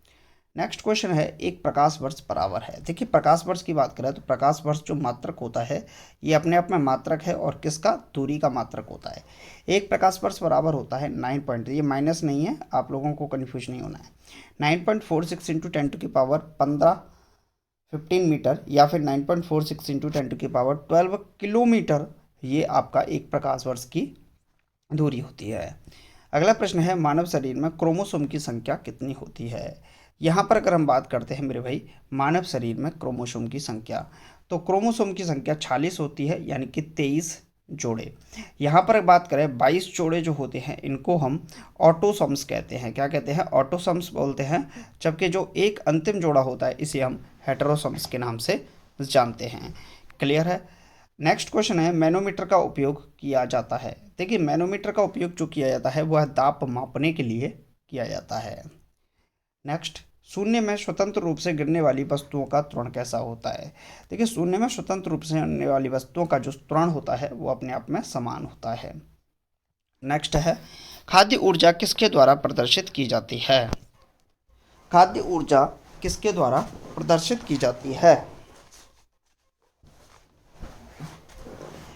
तो जो खाद्य ऊर्जा है वो कैलोरी के द्वारा प्रदर्शित की जाती है। 1 जूल बराबर, अगर हम बात करें 1 जूल बराबर, तो ये 4.18 कैलोरी के बराबर होता है। अगला प्रश्न है, ओजोन परत रक्षा करती है। तो ये सभी को पता है, ओजोन परत सूर्य की पराबैंगनी किरणों से पृथ्वी की रक्षा करती है। एक वस्तु का जो जड़त्व है वह निर्भर करता है, तो वस्तु का जो जड़त्व है वह द्रव्यमान पर निर्भर करता है। इनर्शिया हमेशा द्रव्यमान पर निर्भर करता है। चलिए अगला प्रश्न है, डेक्टियोलॉजी संकेत भाषा द्वारा किसके संवाद या विचारों को व्यक्त किया जाता है। डेक्टियोलॉजी संकेत या भाषा द्वारा किसके संवाद या विचारों को व्यक्त किया जाता है, तो बधिरों के। अगला है, फैराडे इकाई है। फैराडे जो इकाई होती है वह धारिता की इकाई होती है। अगला प्रश्न है, कौन सी बीमारी बैक्टीरिया के संक्रमण के कारण होती है, तो जो टिटनिस की बीमारी होती है, टिटनिस की बीमारी क्या होती है, लोहे की जो जंग होती है उसके कारण भी टिटनिस की बीमारी हो जाती है। तो बैक्टीरिया के संक्रमण के कारण होती है टिटनिस की बीमारी। अगला प्रश्न है, रक्त समूह में कौन सा सर्वग्राही है। देखिए, सर्वदाता की बात करें तो ओ जो होता है वह सर्वदाता होता है, जबकि ए बी जो ग्रुप होता है वह सर्वग्राही होता है। मनुष्य के हृदय की सामान्य स्पंदन गति प्रति मिनट है तो लगभग 72 बार होती है, और जो हार्ट है उसके पंप करने की गति। क्लियर है भाई। अगला प्रश्न है, किसकी कमी से व्यक्ति को घेंगा नामक रोग होता है। बेंधा नहीं है, ये घेंगा नामक रोग हो जाता है। तो आयोडीन की कमी के कारण, आयोडीन की कमी के कारण ही व्यक्ति को घेंगा नामक बीमारी हो जाती है। क्लियर है। चलिए अगला प्रश्न है, मानव आंख का कॉन्ट्रैक्ट सर्जरी मोतियाबिंद का ऑपरेशन में सर्जन क्या निकालता है। तो लेंस के ऊपर की अतिरिक्त पेशियों को निकालता है। कौन मानव शरीर का सर्वाधिक कोलेस्ट्रॉल बनाने वाला स्थान है। तो मानव शरीर का सर्वाधिक कोलेस्ट्रॉल बनाने वाला स्थान क्या है, तो लीवर होता है, जिसे हम यकृत कहते हैं। यकृत सर्वाधिक कोलेस्ट्रॉल बनाने वाला स्थान होता है।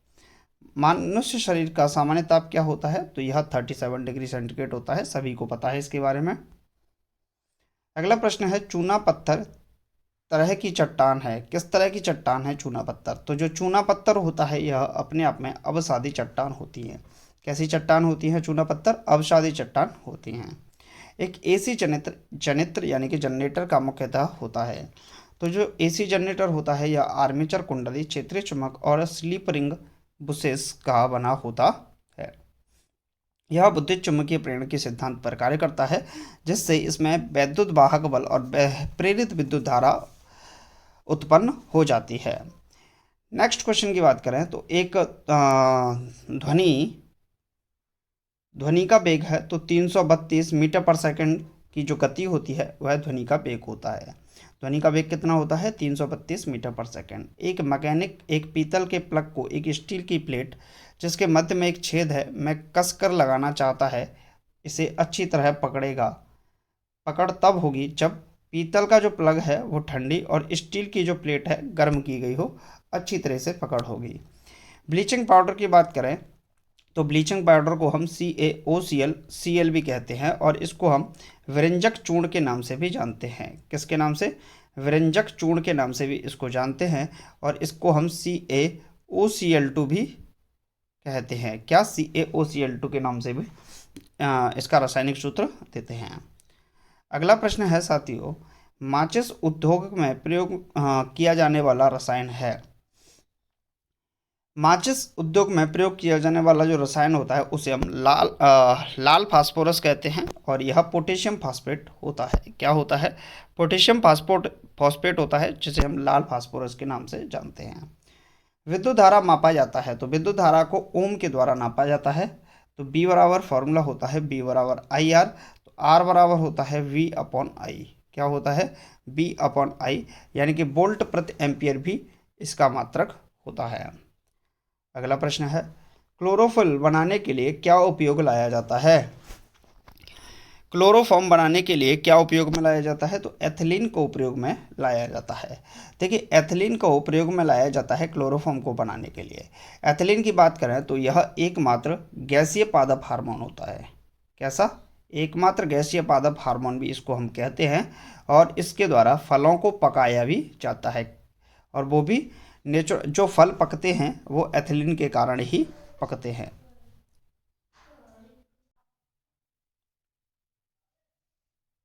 चलिए, तो अगला क्वेश्चन है, चांदी का रासायनिक प्रतीक है। देखिए, चांदी की बात करें तो चांदी का जो रासायनिक प्रतीक होता है वह Ag होता है। इसी प्रकार से अगर हम सोना की बात करें तो इसका प्रतीक होता है Au, जिसे हम औरम भी कहते हैं। जितनी ऊंची आवाज़ उतनी ही ऊंची होगी उसकी आवृत्ति। तो आवाज़ जो निर्भर करती है वह फ्रीक्वेंसी पर निर्भर करती है, यानी कि फ्रीक्वेंसी जितनी ऊंची होगी उतनी ही आवाज़ भी ऊंची होगी। सबसे कम तरंग लंबाई वाली किरणें कौन सी हैं, तो सबसे कम तरंग लंबाई, तो सबसे कम तरंग लंबाई किसकी होती है? तो जो गामा किरणें होती हैं उसकी सबसे कम तरंग लंबाई होती है। जबकि भेदन क्षमता की बात करें, भेदन क्षमता की, तो यह सबसे ज़्यादा होती है। वेग की बात करें, गामा किरणों का वेग सबसे अधिक होता है। तो ये भी क्वेश्चन आपसे बन सकता है। अगला प्रश्न है, किसके इलाज में कीमोथेरेपी का उपयोग किया जाता है?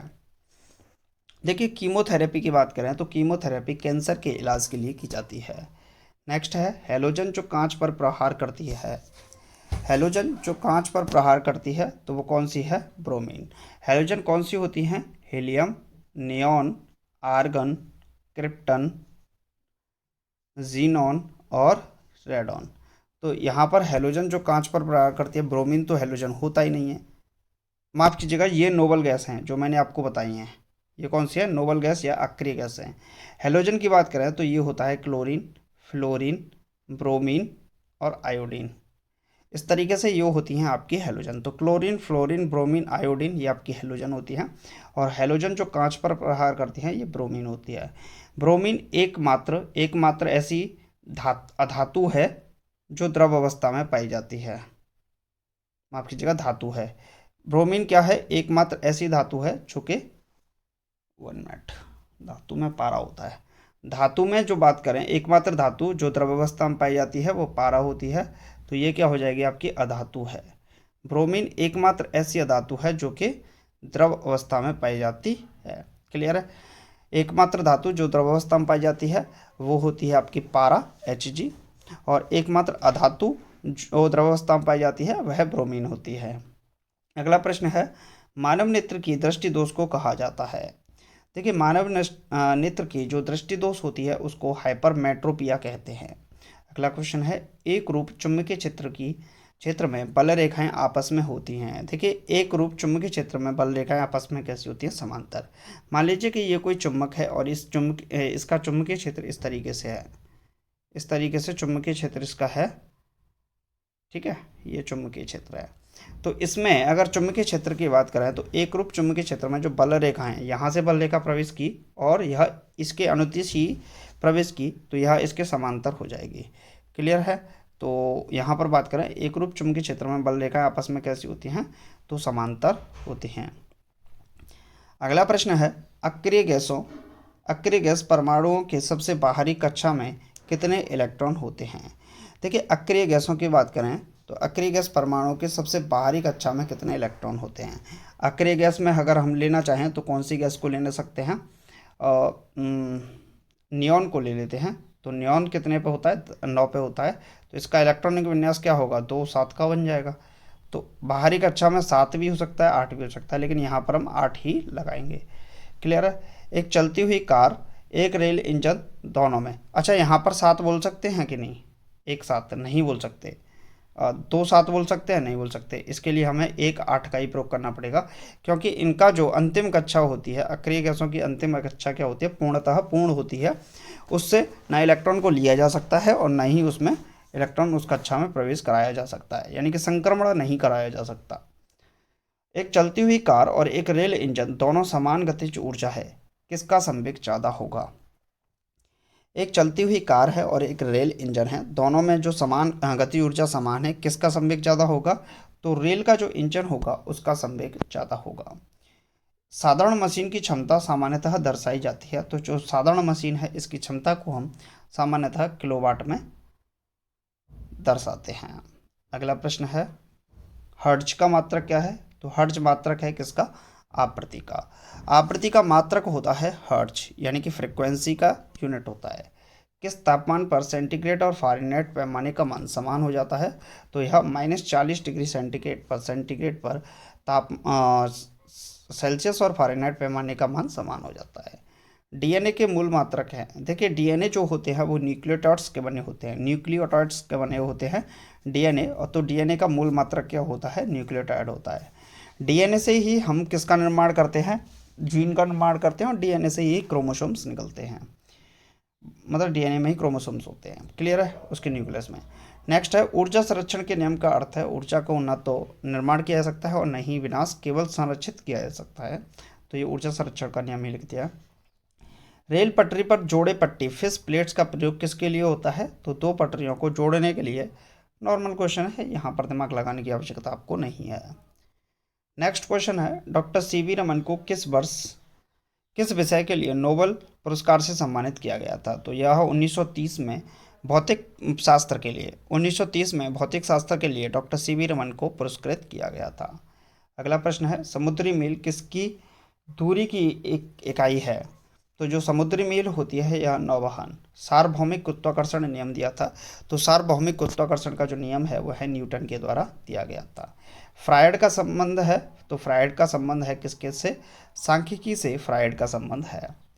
अगला प्रश्न है, परमाणु रिएक्टर को ईंधन के रूप में प्रयोग किया जाता है। तो जो परमाणु रिएक्टर में यूरेनियम को किसके रूप में प्रयोग किया जाता है? ईंधन के रूप में प्रयोग किया जाता है। और अगर हम बात करें परमाणु रिएक्टर को नियंत्रित करने के लिए कैडमियम की छिड़का या फिर बोरोन की छिड़का प्रयोग किया जाता है, बोरोन की छिड़का। इसमें अगर मंदक के रूप में बात करें तो मंदक के रूप में किसका प्रयोग किया जाता है? D2O भारी जल का प्रयोग किया जाता है। अगला क्वेश्चन है, चंद्रग्रहण लगता है जब जब पृथ्वी सूर्य एवं चंद्रमा के बीच में आ जाती है। मान लीजिए ये पृथ्वी है और ये चंद्रमा है और ये सूर्य है। जब पृथ्वी सूर्य और चंद्रमा के बीच में आ जाएगी, पृथ्वी सूर्य और चंद्रमा के बीच में आ जाएगी, तब चंद्रग्रहण लगता है। आकाश नीला दिखाई पड़ता है। देखिए आकाश का रंग देखते हैं तो आकाश नीला दिखाई पड़ता है। यह वास्तविक रूप से प्रकाश के अपवर्तन के कारण होता है। वायुमंडल में अन्य रंगों की अपेक्षा नीले रंग को अधिक बिखेरता है, बात ये भी ठीक है, लेकिन प्रकाश का अपवर्तन हो जाता है। यातायात बत्ती में लाल रंग का प्रयोग किया जाता है क्योंकि लाल रंग की तरंगदैर्घ्य सबसे अधिक लंबी होती है और यह वर्ण विक्षेपण जो क्षमता होती है, विचलन की जो क्षमता होती है वह न्यूनतम होती है। लाल रंग जो होता है उसका वर्ण विक्षेपण बहुत कम होता है, वह प्रकाश को प्रकीर्णित बहुत ज़्यादा कम करता है, इस वजह से उसका अपवर्तनांक भी बहुत कम होता है। अगला प्रश्न है, एक लैंप की बत्ती में तेल ऊपर चढ़ता है, तो यह कैपिलरीज के द्वारा किस की प्रक्रिया के द्वारा चढ़ता है? चलिए नेक्स्ट क्वेश्चन है, मृदा विज्ञान पेडोलॉजी किसका अध्ययन है? पेडोलॉजी, तो पेडोलॉजी जो है मिट्टी यानी कि मृदा का अध्ययन होता है। न्यूटन के गति के द्वितीय नियम से व्यंजक प्राप्त होता है। तो न्यूटन का जो द्वितीय नियम है इससे बल का व्यंजक प्राप्त होता है, यानी कि बल के सूत्र का उत्पादन हो जाता है। अगला प्रश्न है साथियों, सौर जगत में बृहत्तम, क्षुद्रतम और सर्वाधिक चमकीला ग्रह कौन सा है? सौर जगत की बात करें तो इसमें बृहत्तम बृहस्पति यानी कि सबसे बड़ा जो होता है, यहाँ पर बड़े की बात करते हैं, सबसे बड़ा जो होता है वह बृहस्पति है। सबसे छोटा की बात करें, छोटे की बात करें तो वह बुध होता है। और सर्वाधिक चमकीले की बात करें तो वह शुक्र होता है। कौन सा होता है? शुक्र होता है। तो सबसे बड़ा होता है बृहस्पति, सबसे छोटा होता है बुध और सर्वाधिक चमकीला होता है शुक्र ग्रह। एंजाइम मूलतः होते हैं, एंजाइम्स की बात करें तो एंजाइम मूलतः अपने आप में एक प्रोटीन्स ही होते हैं। एंजाइम क्या होते हैं? अपने आप में प्रोटीन ही होते हैं। चलिए अगला प्रश्न है, कौन मानव यकृत का कार्य नहीं है, यानी कि लीवर का कार्य नहीं है? देखिए लीवर जो है वो हार्मोन्स का निर्माण नहीं करता है। क्या है? लीवर हार्मोन्स का निर्माण नहीं करता है। चलिए तो नेक्स्ट की तरफ चलते हैं। नेक्स्ट है, पौधों में जो प्रकाश संश्लेषण तथा श्वसन के लिए सत्य है वह कौन है? तो जो श्वसन होता है वो प्रकाश संश्लेषण अधिक तेजी से होता है, यानी कि जो प्रकाश संश्लेषण होता है वह लाल रंग के, जब सूर्य का कलर लाल होता है उस अवस्था में जो प्रकाश संश्लेषण होता है सबसे अधिक मात्रा में होता है। एक वर्ड है युगलीना। युगलीना यह जो होता है यह एकमात्र जीव होता है जो कि प्रकाश संश्लेषण करता है। क्लियर? क्योंकि इसकी सतही जो त्वचा होती है उस पर क्लोरोफिल पाया जाता है। चलिए अगला प्रश्न है, 27 डिग्री सेंटीग्रेड पर एक गैस के दाब का पारे का 75 सेंटीमीटर है, जिस तापक्रम पर दाब दुगना होगा जब आयतन स्थिर रखा जाए। तो ये क्वेश्चन है, इसको आप यहाँ नेगलेक्ट कर सकते हैं। ये विस्थापन D बल F की दिशा में है तो किया गया कार्य क्या होगा? अधिकतम होगा और धनात्मक होगा। इसके लिए अगर हम फॉर्मूले की बात करें तो W बराबर F(s) cos थीटा इसका फॉर्मूला होता है। यानी कि किया गया कार्य जो होता है वह किए गए विस्थापन और बल की दिशा में किए गए विस्थापन का गुणनफल के बराबर होता है। चलिए नेक्स्ट देखते हैं। सरल आवर्त गति में आयाम ए तथा अवधि, अवधि को बोलेंगे आवर्तकाल टी के साथ अधिकतम वेग क्या होगा, तो 2πa/t होगा। किसके कारण आकाश नीला दिखाई देता है, तो यह मैं आपको बता चुका हूँ, प्रकाश के प्रकीर्णन के कारण और अपवर्तन का कारण भी यहाँ बनता है। नेक्स्ट क्वेश्चन है, संधारित्र की धारिता का मात्रक है। देखिए जो संधारित्र की धारिता होती है इसका मात्रक होता है फैराडे। पराश्रव्य ध्वनियों की आवृत्ति क्या है। देखिए 3 प्रकार की ध्वनि होती हैं, एक होती है अवश्रव्य ध्वनि होती है, एक श्रव्य ध्वनि होती है और एक पराश्रव्य ध्वनि होती है। ऐसी ध्वनि की आवृत्तियाँ जिनकी आवृत्ति 20 हर्ट्ज से कम होती है वह अवश्रव्य ध्वनि होती है। ऐसी ध्वनि की आवृत्तियाँ जो 20 हर्ट्ज से 20,000 हर्ट्ज के करीब होती हैं वह श्रव्य ध्वनि होती हैं, और 20,000 हर्ट्ज से ऊपर जिनकी आवृत्ति होती है वह पराश्रव्य ध्वनि होती हैं। क्लियर है। तो पराश्रव्य ध्वनि की आवृत्ति 20,000 कंपन प्रति सेकंड से ऊपर होती है। 100 वाट 250 वोल्ट चिन्हित बल्ब होकर प्रवाहमान धारा है, तो कितनी होगी 0.4 एम्पियर। तो ये तो नॉर्मल भी है, B बराबर IR से कर सकते हैं। दाब की विमा होती है। देखिए प्रेशर की बात करें तो दाब बराबर क्या होता है, दाब बराबर होता है बल बटा क्षेत्रफल, बल बटा क्षेत्रफल। बल की विमा की बात करें तो ये होती है mL/2, जबकि क्षेत्रफल की बात करें तो यह L² हो जाएगी, एक L से एक कटेगा तो mL/-1 T/-2, ये इसके विमा बच जाएगी। तो यहाँ पर अगर हम दाब की विमा की बात करें तो mL/-1 T/-2 दाब की विमा होगी। नेक्स्ट है, रॉकेट किस सिद्धांत के आधार पर कार्य करता है। रॉकेट की बात करें तो रॉकेट किस सिद्धांत के आधार पर कार्य करता है, तो रेखीय संवेग संरक्षण के सिद्धांत पर कार्य करता है। किस पर, रेखीय संवेग संरक्षण के सिद्धांत पर रॉकेट कार्य करता है। यह प्रणोद के सिद्धांत पर भी कार्य करता है। किस पर, प्रणोद के सिद्धांत पर कार्य करता है। और जो न्यूटन का थर्ड लॉ है, क्या है, थर्ड लॉ, इस पर भी यह काम करता है। चलिए अगला प्रश्न है, 1 किलोवाट घंटा बराबर है, तो 1 किलोवाट घंटा 1 यूनिट के बराबर होता है। 1 किलोवाट की बात करें 1 kWh लिखते हैं इसको, 1 किलोवाट घंटा, तो वाट गुणा घंटा गुणा समय बटे 1000, ये इसका फॉर्मूला होता है। वाट गुणा घंटा गुणा समय बटे 1000, यह 1 किलोवाट घंटे का सूत्र होता है। इसी को हम 1 यूनिट के नाम से जानते हैं। क्लियर है। इसी को बुक्स में लिखा गया है बोर्ड ऑफ ट्रेड यूनिट। अगला प्रश्न है, एक अभिसारी लेंस की फोकस दूरी है। अभिसारी लेंस की फोकस दूरी जो होती है वह क्या होती है, चिन्ह में धनात्मक होती है। चलिए अगला है, रडार निकाय का प्रयोग करता है, तो रडार निकाय का प्रयोग करता है विद्युत चुंबकीय तरंगों का प्रयोग करता है। चलिए अगला प्रश्न देखते हैं। नेक्स्ट, विद्युत चुंबकीय तरंग एवं प्रकाश तरंग के जो वेग हैं, देखिए विद्युत चुंबकीय तरंग हो, इलेक्ट्रोमैग्नेटिक वेव्स हों, जबकि जो लाइट वेव्स हैं, प्रकाश तरंग के वेग हैं, वह आपस में बराबर होते हैं। एनीमोमीटर का उपयोग किया जाता है। एनीमोमीटर का उपयोग कहाँ किया जाता है, तो पवन का वेग मापने में एनीमोमीटर का प्रयोग किया जाता है। विद्युत रोधी माइका का परावैद्युत गुणांक क्या है, तो विद्युत रोधी माइका का जो परावैद्युत गुणांक है वह 6.7 है। जिप्सम का रासायनिक नाम क्या है,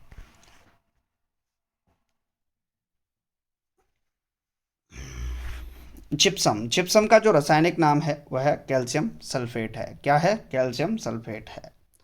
अगला प्रश्न है, आपेक्षिक आर्द्रता को मापने के लिए किस उपकरण का उपयोग किया जाता है। देखिए आपेक्षिक आर्द्रता की बात आएगी तो हम हाइग्रो लगाएंगे, और आपेक्षिक घनत्व की बात आएगी तो फिर हम हाइड्रो लगाएंगे, हाइड्रोमीटर।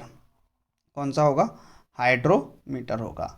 तो आपेक्षिक आर्द्रता को मापने के लिए किस उपकरण का प्रयोग किया जाता है, हाइग्रोमीटर, और आपेक्षिक घनत्व को मापने के लिए हाइड्रोमीटर का प्रयोग किया जाता है। निकट दृष्टि दोष का सुधार किया जा सकता है, यह अवतल लेंस के द्वारा किया जा सकता है। निकट दृष्टि दोष के लिए अवतल लेंस का प्रयोग किया जाता है, जबकि दूर दृष्टि दोष के लिए उत्तल लेंस का प्रयोग किया जाता है। शरीर में अधिक्य के कारण दिल का दौरा पड़ता है। देखिए कोलेस्ट्रॉल की अधिकता जब हो जाती है, कोलेस्ट्रॉल की एक्सेसिव हो जाती है, कोलेस्ट्रॉल अधिक मात्रा में जब हृदय के अंदर का तो हो जाता है, हार्ट के अंदर और शरीर के अंदर हो जाता है, तो वह और कहीं ना कहीं दिल के दौरे का कारण बनता है। अगला प्रश्न है, गोबर गैस प्लांट में कौन सी गैस उत्पन्न होती है? तो CH4 यानी कि मीथेन जो गैस होती है वह उत्पन्न होती है। पृथ्वी सूर्य से प्रचुर मात्रा में ऊर्जा किस रूप में प्राप्त करती है? तो जो पृथ्वी है वह सूर्य से अवरक्त और ताप ऊर्जा के रूप में प्राप्त करती है। चलिए अगला प्रश्न देखते हैं। तो इलेक्ट्रॉन की खोज किसने की थी? तो इलेक्ट्रॉन की खोज जे थॉमसन ने की थी। आसान है ये तो। किसी पिंड का गुणधर्म जो विश्व में अपनी स्थिति में स्वतंत्र है? ग्रेनाइट किस में पाया जाता है? तो आग्नेय जो चट्टानें होती हैं, आग्नेय जो सेल होती हैं, उनके अंतर्गत ग्रेनाइट पाया जाता है। क्लियर है। मनुष्य जब सांस लेता है तो औसतन कितना शोर होता है? मनुष्य जब सांस लेता है तो औसतन 0.5 डेसिबल का शोर होता है। कितना? मनुष्य जब सांस लेगा तो औसतन कितना शोर होगा? 0.5 डेसिबल का। अगला प्रश्न है, उद्योग में प्रयुक्त रसायनों का प्रचुर स्रोत है? तो उद्योग में प्रयुक्त रसायनों का जो प्रचुर स्रोत होता है वह अपने आप में कोलतार होता है।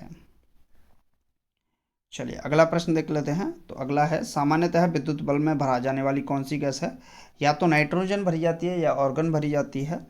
भविष्य का ईंधन कौन सा है? तो हाइड्रोजन को हम भविष्य का ईंधन कहते हैं, हाइड्रोजन गैस को। प्रकाश संश्लेषण में किसका ऑक्सीकरण होता है? प्रकाश संश्लेषण में जल का ऑक्सीडेशन हो जाता है और इस जल से ही ऑक्सीजन गैस निकलती है। विज्ञान की वह शाखा जो जीव और वातावरण के बीच संबंध बताती है वह है। विज्ञान की एक ऐसी शाखा जो जीव और वातावरण के बीच में संबंध बताती है उसे हम पारिस्थितिकी कहते हैं। क्या कहते हैं? पारिस्थितिकी कहते हैं। जब कोई वस्तु चंद्रमा से पृथ्वी पर स्थानांतरित की जाती है तो पृथ्वी पर उसका भार बढ़ जाता है। देखिए, कोई वस्तु पृथ्वी पर है और चंद्रमा पर है। चंद्रमा पर जो अगर मान लीजिए पृथ्वी पर उसका वजन 60 है तो चंद्रमा पर 10 रह जाएगा। यानी कि यहाँ पर 9.8 मीटर पर सेकंड होता है और यहाँ 2.11 के समथिंग होता है गुरुत्वीय त्वरण। तो इसका प्रभाव पड़ता है और यहाँ पर गुरुत्वीय त्वरण का के कारण ही पृथ्वी और चंद्रमा के भार में अंतर है और वो भी 1/6 का। जी की इकाई है तो यह क्वेश्चन कर चुके हैं हम, न्यूटन मीटर स्क्वायर प्रति किलोग्राम स्क्वायर। जी यानी कि कैपिटल जी का मात्रक होता है। इसे हम सार्वत्रिक गुरुत्वाकर्षण नियतांक कहते हैं। एक वस्तु का वजन सबसे अधिक कहाँ रखने पर होगा?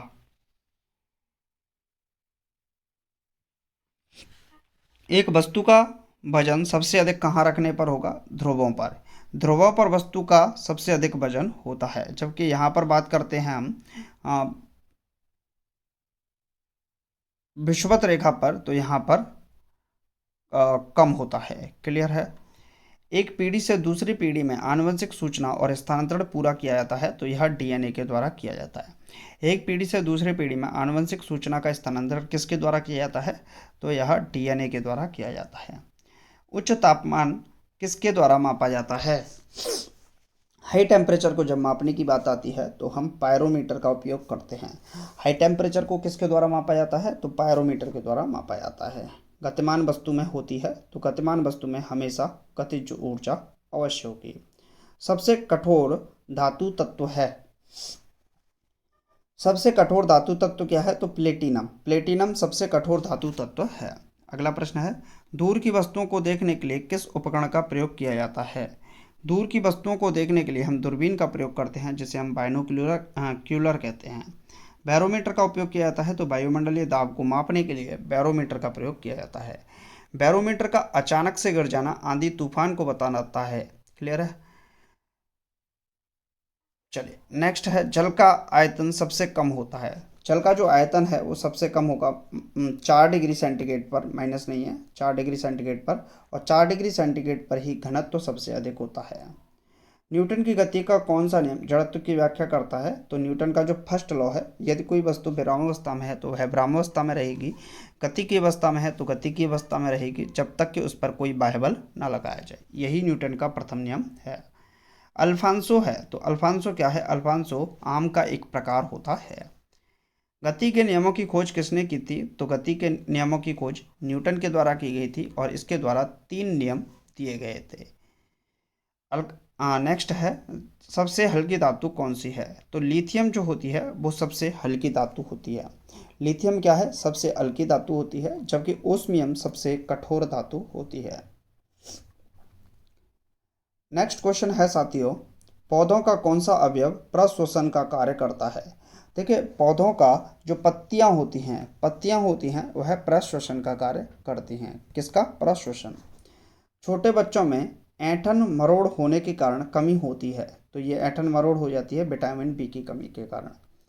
सबसे पहले प्रयोगशाला में बनाया गया कार्बनिक यौगिक था। देखिए, बात करें कार्बनिक यौगिक की तो सबसे पहले जो कार्बनिक यौगिक बनाया गया था वह था यूरिया। और यह किस वैज्ञानिक के द्वारा बनाया गया था? तो वैज्ञानिक का नाम था बोहलर। क्या था? बोहलर नामक वैज्ञानिक के द्वारा सबसे पहले प्रयोगशाला में यह यूरिया बनाया गया था। अगला प्रश्न है, ग्रह सूर्य के चारों ओर घूमते हैं, इसका कारण है? तो गुरुत्वाकर्षण बल। लेड भंडारित बैटरियों में, जो लेड भंडारित बैटरी होती हैं उनमें कौन सा अम्ल प्रयोग किया जाता है? तो H2SO4, जिसे हम सल्फ्यूरिक एसिड के नाम से जानते हैं, H2SO4 का प्रयोग होता है। प्रकाश संश्लेषण के दौरान प्रकाश ऊर्जा रूपांतरित होती है। प्रकाश संश्लेषण के दौरान जो प्रकाश ऊर्जा है वह ऊष्मा ऊर्जा में परिवर्तित होती है। कौन का इकाई है? तो यह रेडियन होती है। क्रायोजेनिक इंजन का प्रयोग किस में होता है? तो रॉकेट प्रौद्योगिकी में हम क्रायोजेनिक इंजन का प्रयोग करते हैं। द्रव्य में पृष्ठ तनाव होता है अणुओं के बीच कोहेसिव बल के कारण। समान प्रकार के अणुओं के बीच लगने वाला बल कोहेसिव फोर्स यानी कि संसंजक बल कहलाता है, जबकि असमान प्रकार के अणुओं के बीच लगने वाला जो बल होता है वह आसंजक बल कहलाता है। दो विभिन्न क्षेत्रों में नोबेल पुरस्कार प्राप्त किया था, तो मैडम क्यूरी ने किया था। दालें किसकी अच्छी स्रोत हैं? तो प्रोटीन की सबसे अच्छी स्रोत मानी जाती हैं दालें, जबकि फैट की अच्छी स्रोत मानी जाती हैं सोयाबीन। यकृत द्वारा स्रावित पित्तरस कहाँ संचित होता है? देखिए, जो लीवर है वह लीवर से पित्तरस का स्रावण होता है, और इस पित्तरस से बिलीरुबिन और बिलीवर्डिन नामक दो पदार्थ निकलते हैं, और इसी पित्तरस से अन्य पदार्थ पित्तवर्णक भी निकलता है, कई पदार्थ निकलते हैं। तो यह कहाँ पर संचित होता है? पित्ताशय के अंदर संचित होता है। प्रस्वेदन पर स्पैरेशन ये क्या करता है? तो शरीर के ताप को नियंत्रित रखता है। नेक्स्ट है, वाहनों के पीछे का दृश्य देखने के लिए कैसा दर्पण प्रयोग करते हैं? वाहनों का अगर हमें पीछे का दृश्य देखना है तो उसके लिए हमें उत्तल दर्पण का प्रयोग करना पड़ेगा। उत्तल दर्पण का प्रयोग ही हम वाहनों के पीछे के दृश्य को देखने के लिए करते हैं। ये होता है, मतलब जहाँ ड्राइवर बैठता है, ड्राइवर के जस्ट बगल में जो दर्पण लगा होता है वह उत्तल दर्पण होता है, जबकि उसकी हेडलाइट जो होती है उसमें अवतल दर्पण का प्रयोग किया जाता है। क्लियर है? अवतल दर्पण का प्रयोग खासतौर पर डॉक्टर कान नाक आँख गले के लिए करते हैं। कैसी अवस्था में पदार्थों में संपीड़न करना आसान है? क्योंकि इस अवस्था में अणु अपने मध्य और दीर्घ अंतराल रखते हैं। अगला प्रश्न है, नींबू और संतरे में उपस्थित अम्ल होता है। नींबू की बात करें और संतरे की बात करें तो इसमें जो अम्ल होता है वो साइट्रिक अम्ल होता है। कौन सा? साइट्रिक अम्ल होता है। चलिए आप लोग बताइएगा, टार्टरिक अम्ल किस में पाया जाता है? टार्टरिक अम्ल। अगला प्रश्न है, ग्लोबल वार्मिंग के लिए मुख्य रूप से किस गैस को उत्तरदायी ठहराया जाता है? तो ग्लोबल वार्मिंग के लिए CO2 यानी कि कार्बन डाइऑक्साइड गैस को और CH4 मीथेन गैस को उत्तरदायी ठहराया जाता है। किसी रेफ्रिजरेटर में फ्रीजर शीर्ष पर रखा जाता है ताकि संवहन धाराओं के द्वारा अंदर के पूरे भाग को ठंडा रख सके। चलिए ये तो छोटी बात है। एक साधारण घड़ी गर्मी में सुस्त हो जाती है क्योंकि पेंडुलम की लंबाई क्या हो जाती है? गर्मी की वजह से बढ़ जाती है, और इसका दोलन काल भी क्या हो जाता है? बढ़ जाता है। जड़त्व आघूर्ण का मात्रक होता है तो किलोग्राम प्रति मीटर। चलिए भाई, 1 जूल बराबर है तो 10⁷ अर्घ के बराबर होता है, पहले भी हो चुका है। सूक्ष्म जीवाणु युक्त पदार्थ का शीतीकरण एक प्रक्रिया है जिसका कार्य है जीवाणुओं को निष्क्रिय करना। रेशम के कीड़ों को पालना कहलाता है सेरीकल्चर। प्लास्टर ऑफ पेरिस का रासायनिक नाम होता है calcium sulphate hemihydrate. Plaster of Paris क्या होता है? कैल्शियम सल्फेट हेमीहाइड्रेट इसका रासायनिक नाम होता है। चलिए, ध्वनि तरंगें होती हैं तो आंशिक लंबवत और आंशिक तिर्यक होती हैं, और इनकी बात करें तो यह अपने आप में अनुदैर्ध्य तरंगें होती हैं। किसी किसका उपयोग ऊंचाई मापने के लिए किया जाता है? तो अल्टीमीटर का प्रयोग किया जाता है। स्थिर तापमान पर कंडक्टर में वहनशील तरंगों के दोनों छोरों के बीच के महत्वपूर्ण अंतर के अनुपात में है, इसको कहा जाता है, तो इसको कहा जाता है ओम का नियम।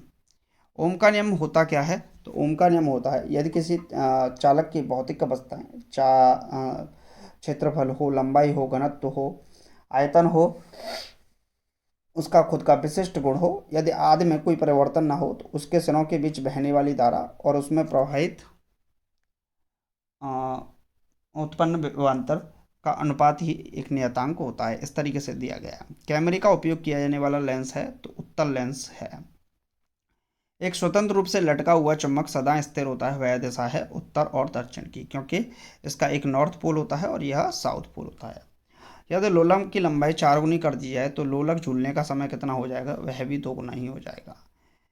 एक वस्तु को कहाँ रखा जाए ताकि उसकी मूल और आभासी स्थिति उत्तलोत्तर लेंस द्वारा समान आकार में पाई जा सके? तो फोकस की दुगनी लंबाई पर। चलिए अगला प्रश्न है, ऊंचाई पर खाना देर से बनता है और क्यों बनता है? क्योंकि ऊंचाई पर वायुमंडलीय दाब घट जाता है, जिससे पानी का क्वथनांक कम हो जाता है और पानी जल्द ही वाष्प बनकर उड़ जाता है। किसी तारे की दूरी को नापने के लिए प्रयुक्त यूनिट है, तो उसके लिए हम प्रकाश वर्ष का प्रयोग करते हैं। धातुएं किस प्रक्रिया द्वारा गर्म होती हैं? तो चालन की प्रक्रिया द्वारा गर्म होती हैं धातुएं। जबकि द्रव की बात करें तो द्रव जो गर्म होता है वह संवहन की प्रक्रिया के द्वारा गर्म होता है। किसके द्वारा? संवहन, कन्वेक्शन। आपेक्षिक घनत्व को मापने के लिए, देखिए घनत्व को मापने के लिए हम हाइड्रोमीटर का, घनत्व के लिए हाइड्रो और आपेक्षिक आर्द्रता के लिए हम हाइग्रोमीटर का प्रयोग करते हैं। तो सभी के सभी क्वेश्चंस कंप्लीट आपके हो चुके हैं और इसमें लगभग हमने 422 के करीब क्वेश्चन आपको कंप्लीट कराए हैं। उम्मीद है आपको ये वीडियो बहुत अच्छा लगा होगा। प्यारे साथी, यहाँ से क्वेश्चन एग्ज़ाम में आते हैं और ये जो चीज़ हम करा रहे हैं ये आपके एग्ज़ाम के लिए बहुत ज़्यादा महत्वपूर्ण है। अब आप ही बताइएगा, लगभग 1 घंटा 36 मिनट का वीडियो होगा और इसमें हम आपको 422 क्वेश्चन कंप्लीट करा चुके हैं। तो ये अपने आप में बहुत बड़ी चीज़ है। बाकी मिलते हैं नेक्स्ट वीडियो में। चैनल को सब्सक्राइब नहीं किया है तो कर लीजिएगा, क्योंकि ये आपके लिए बेनिफिशियल रहेगा। मिलते हैं नेक्स्ट वीडियो में। Thank you for watching this video.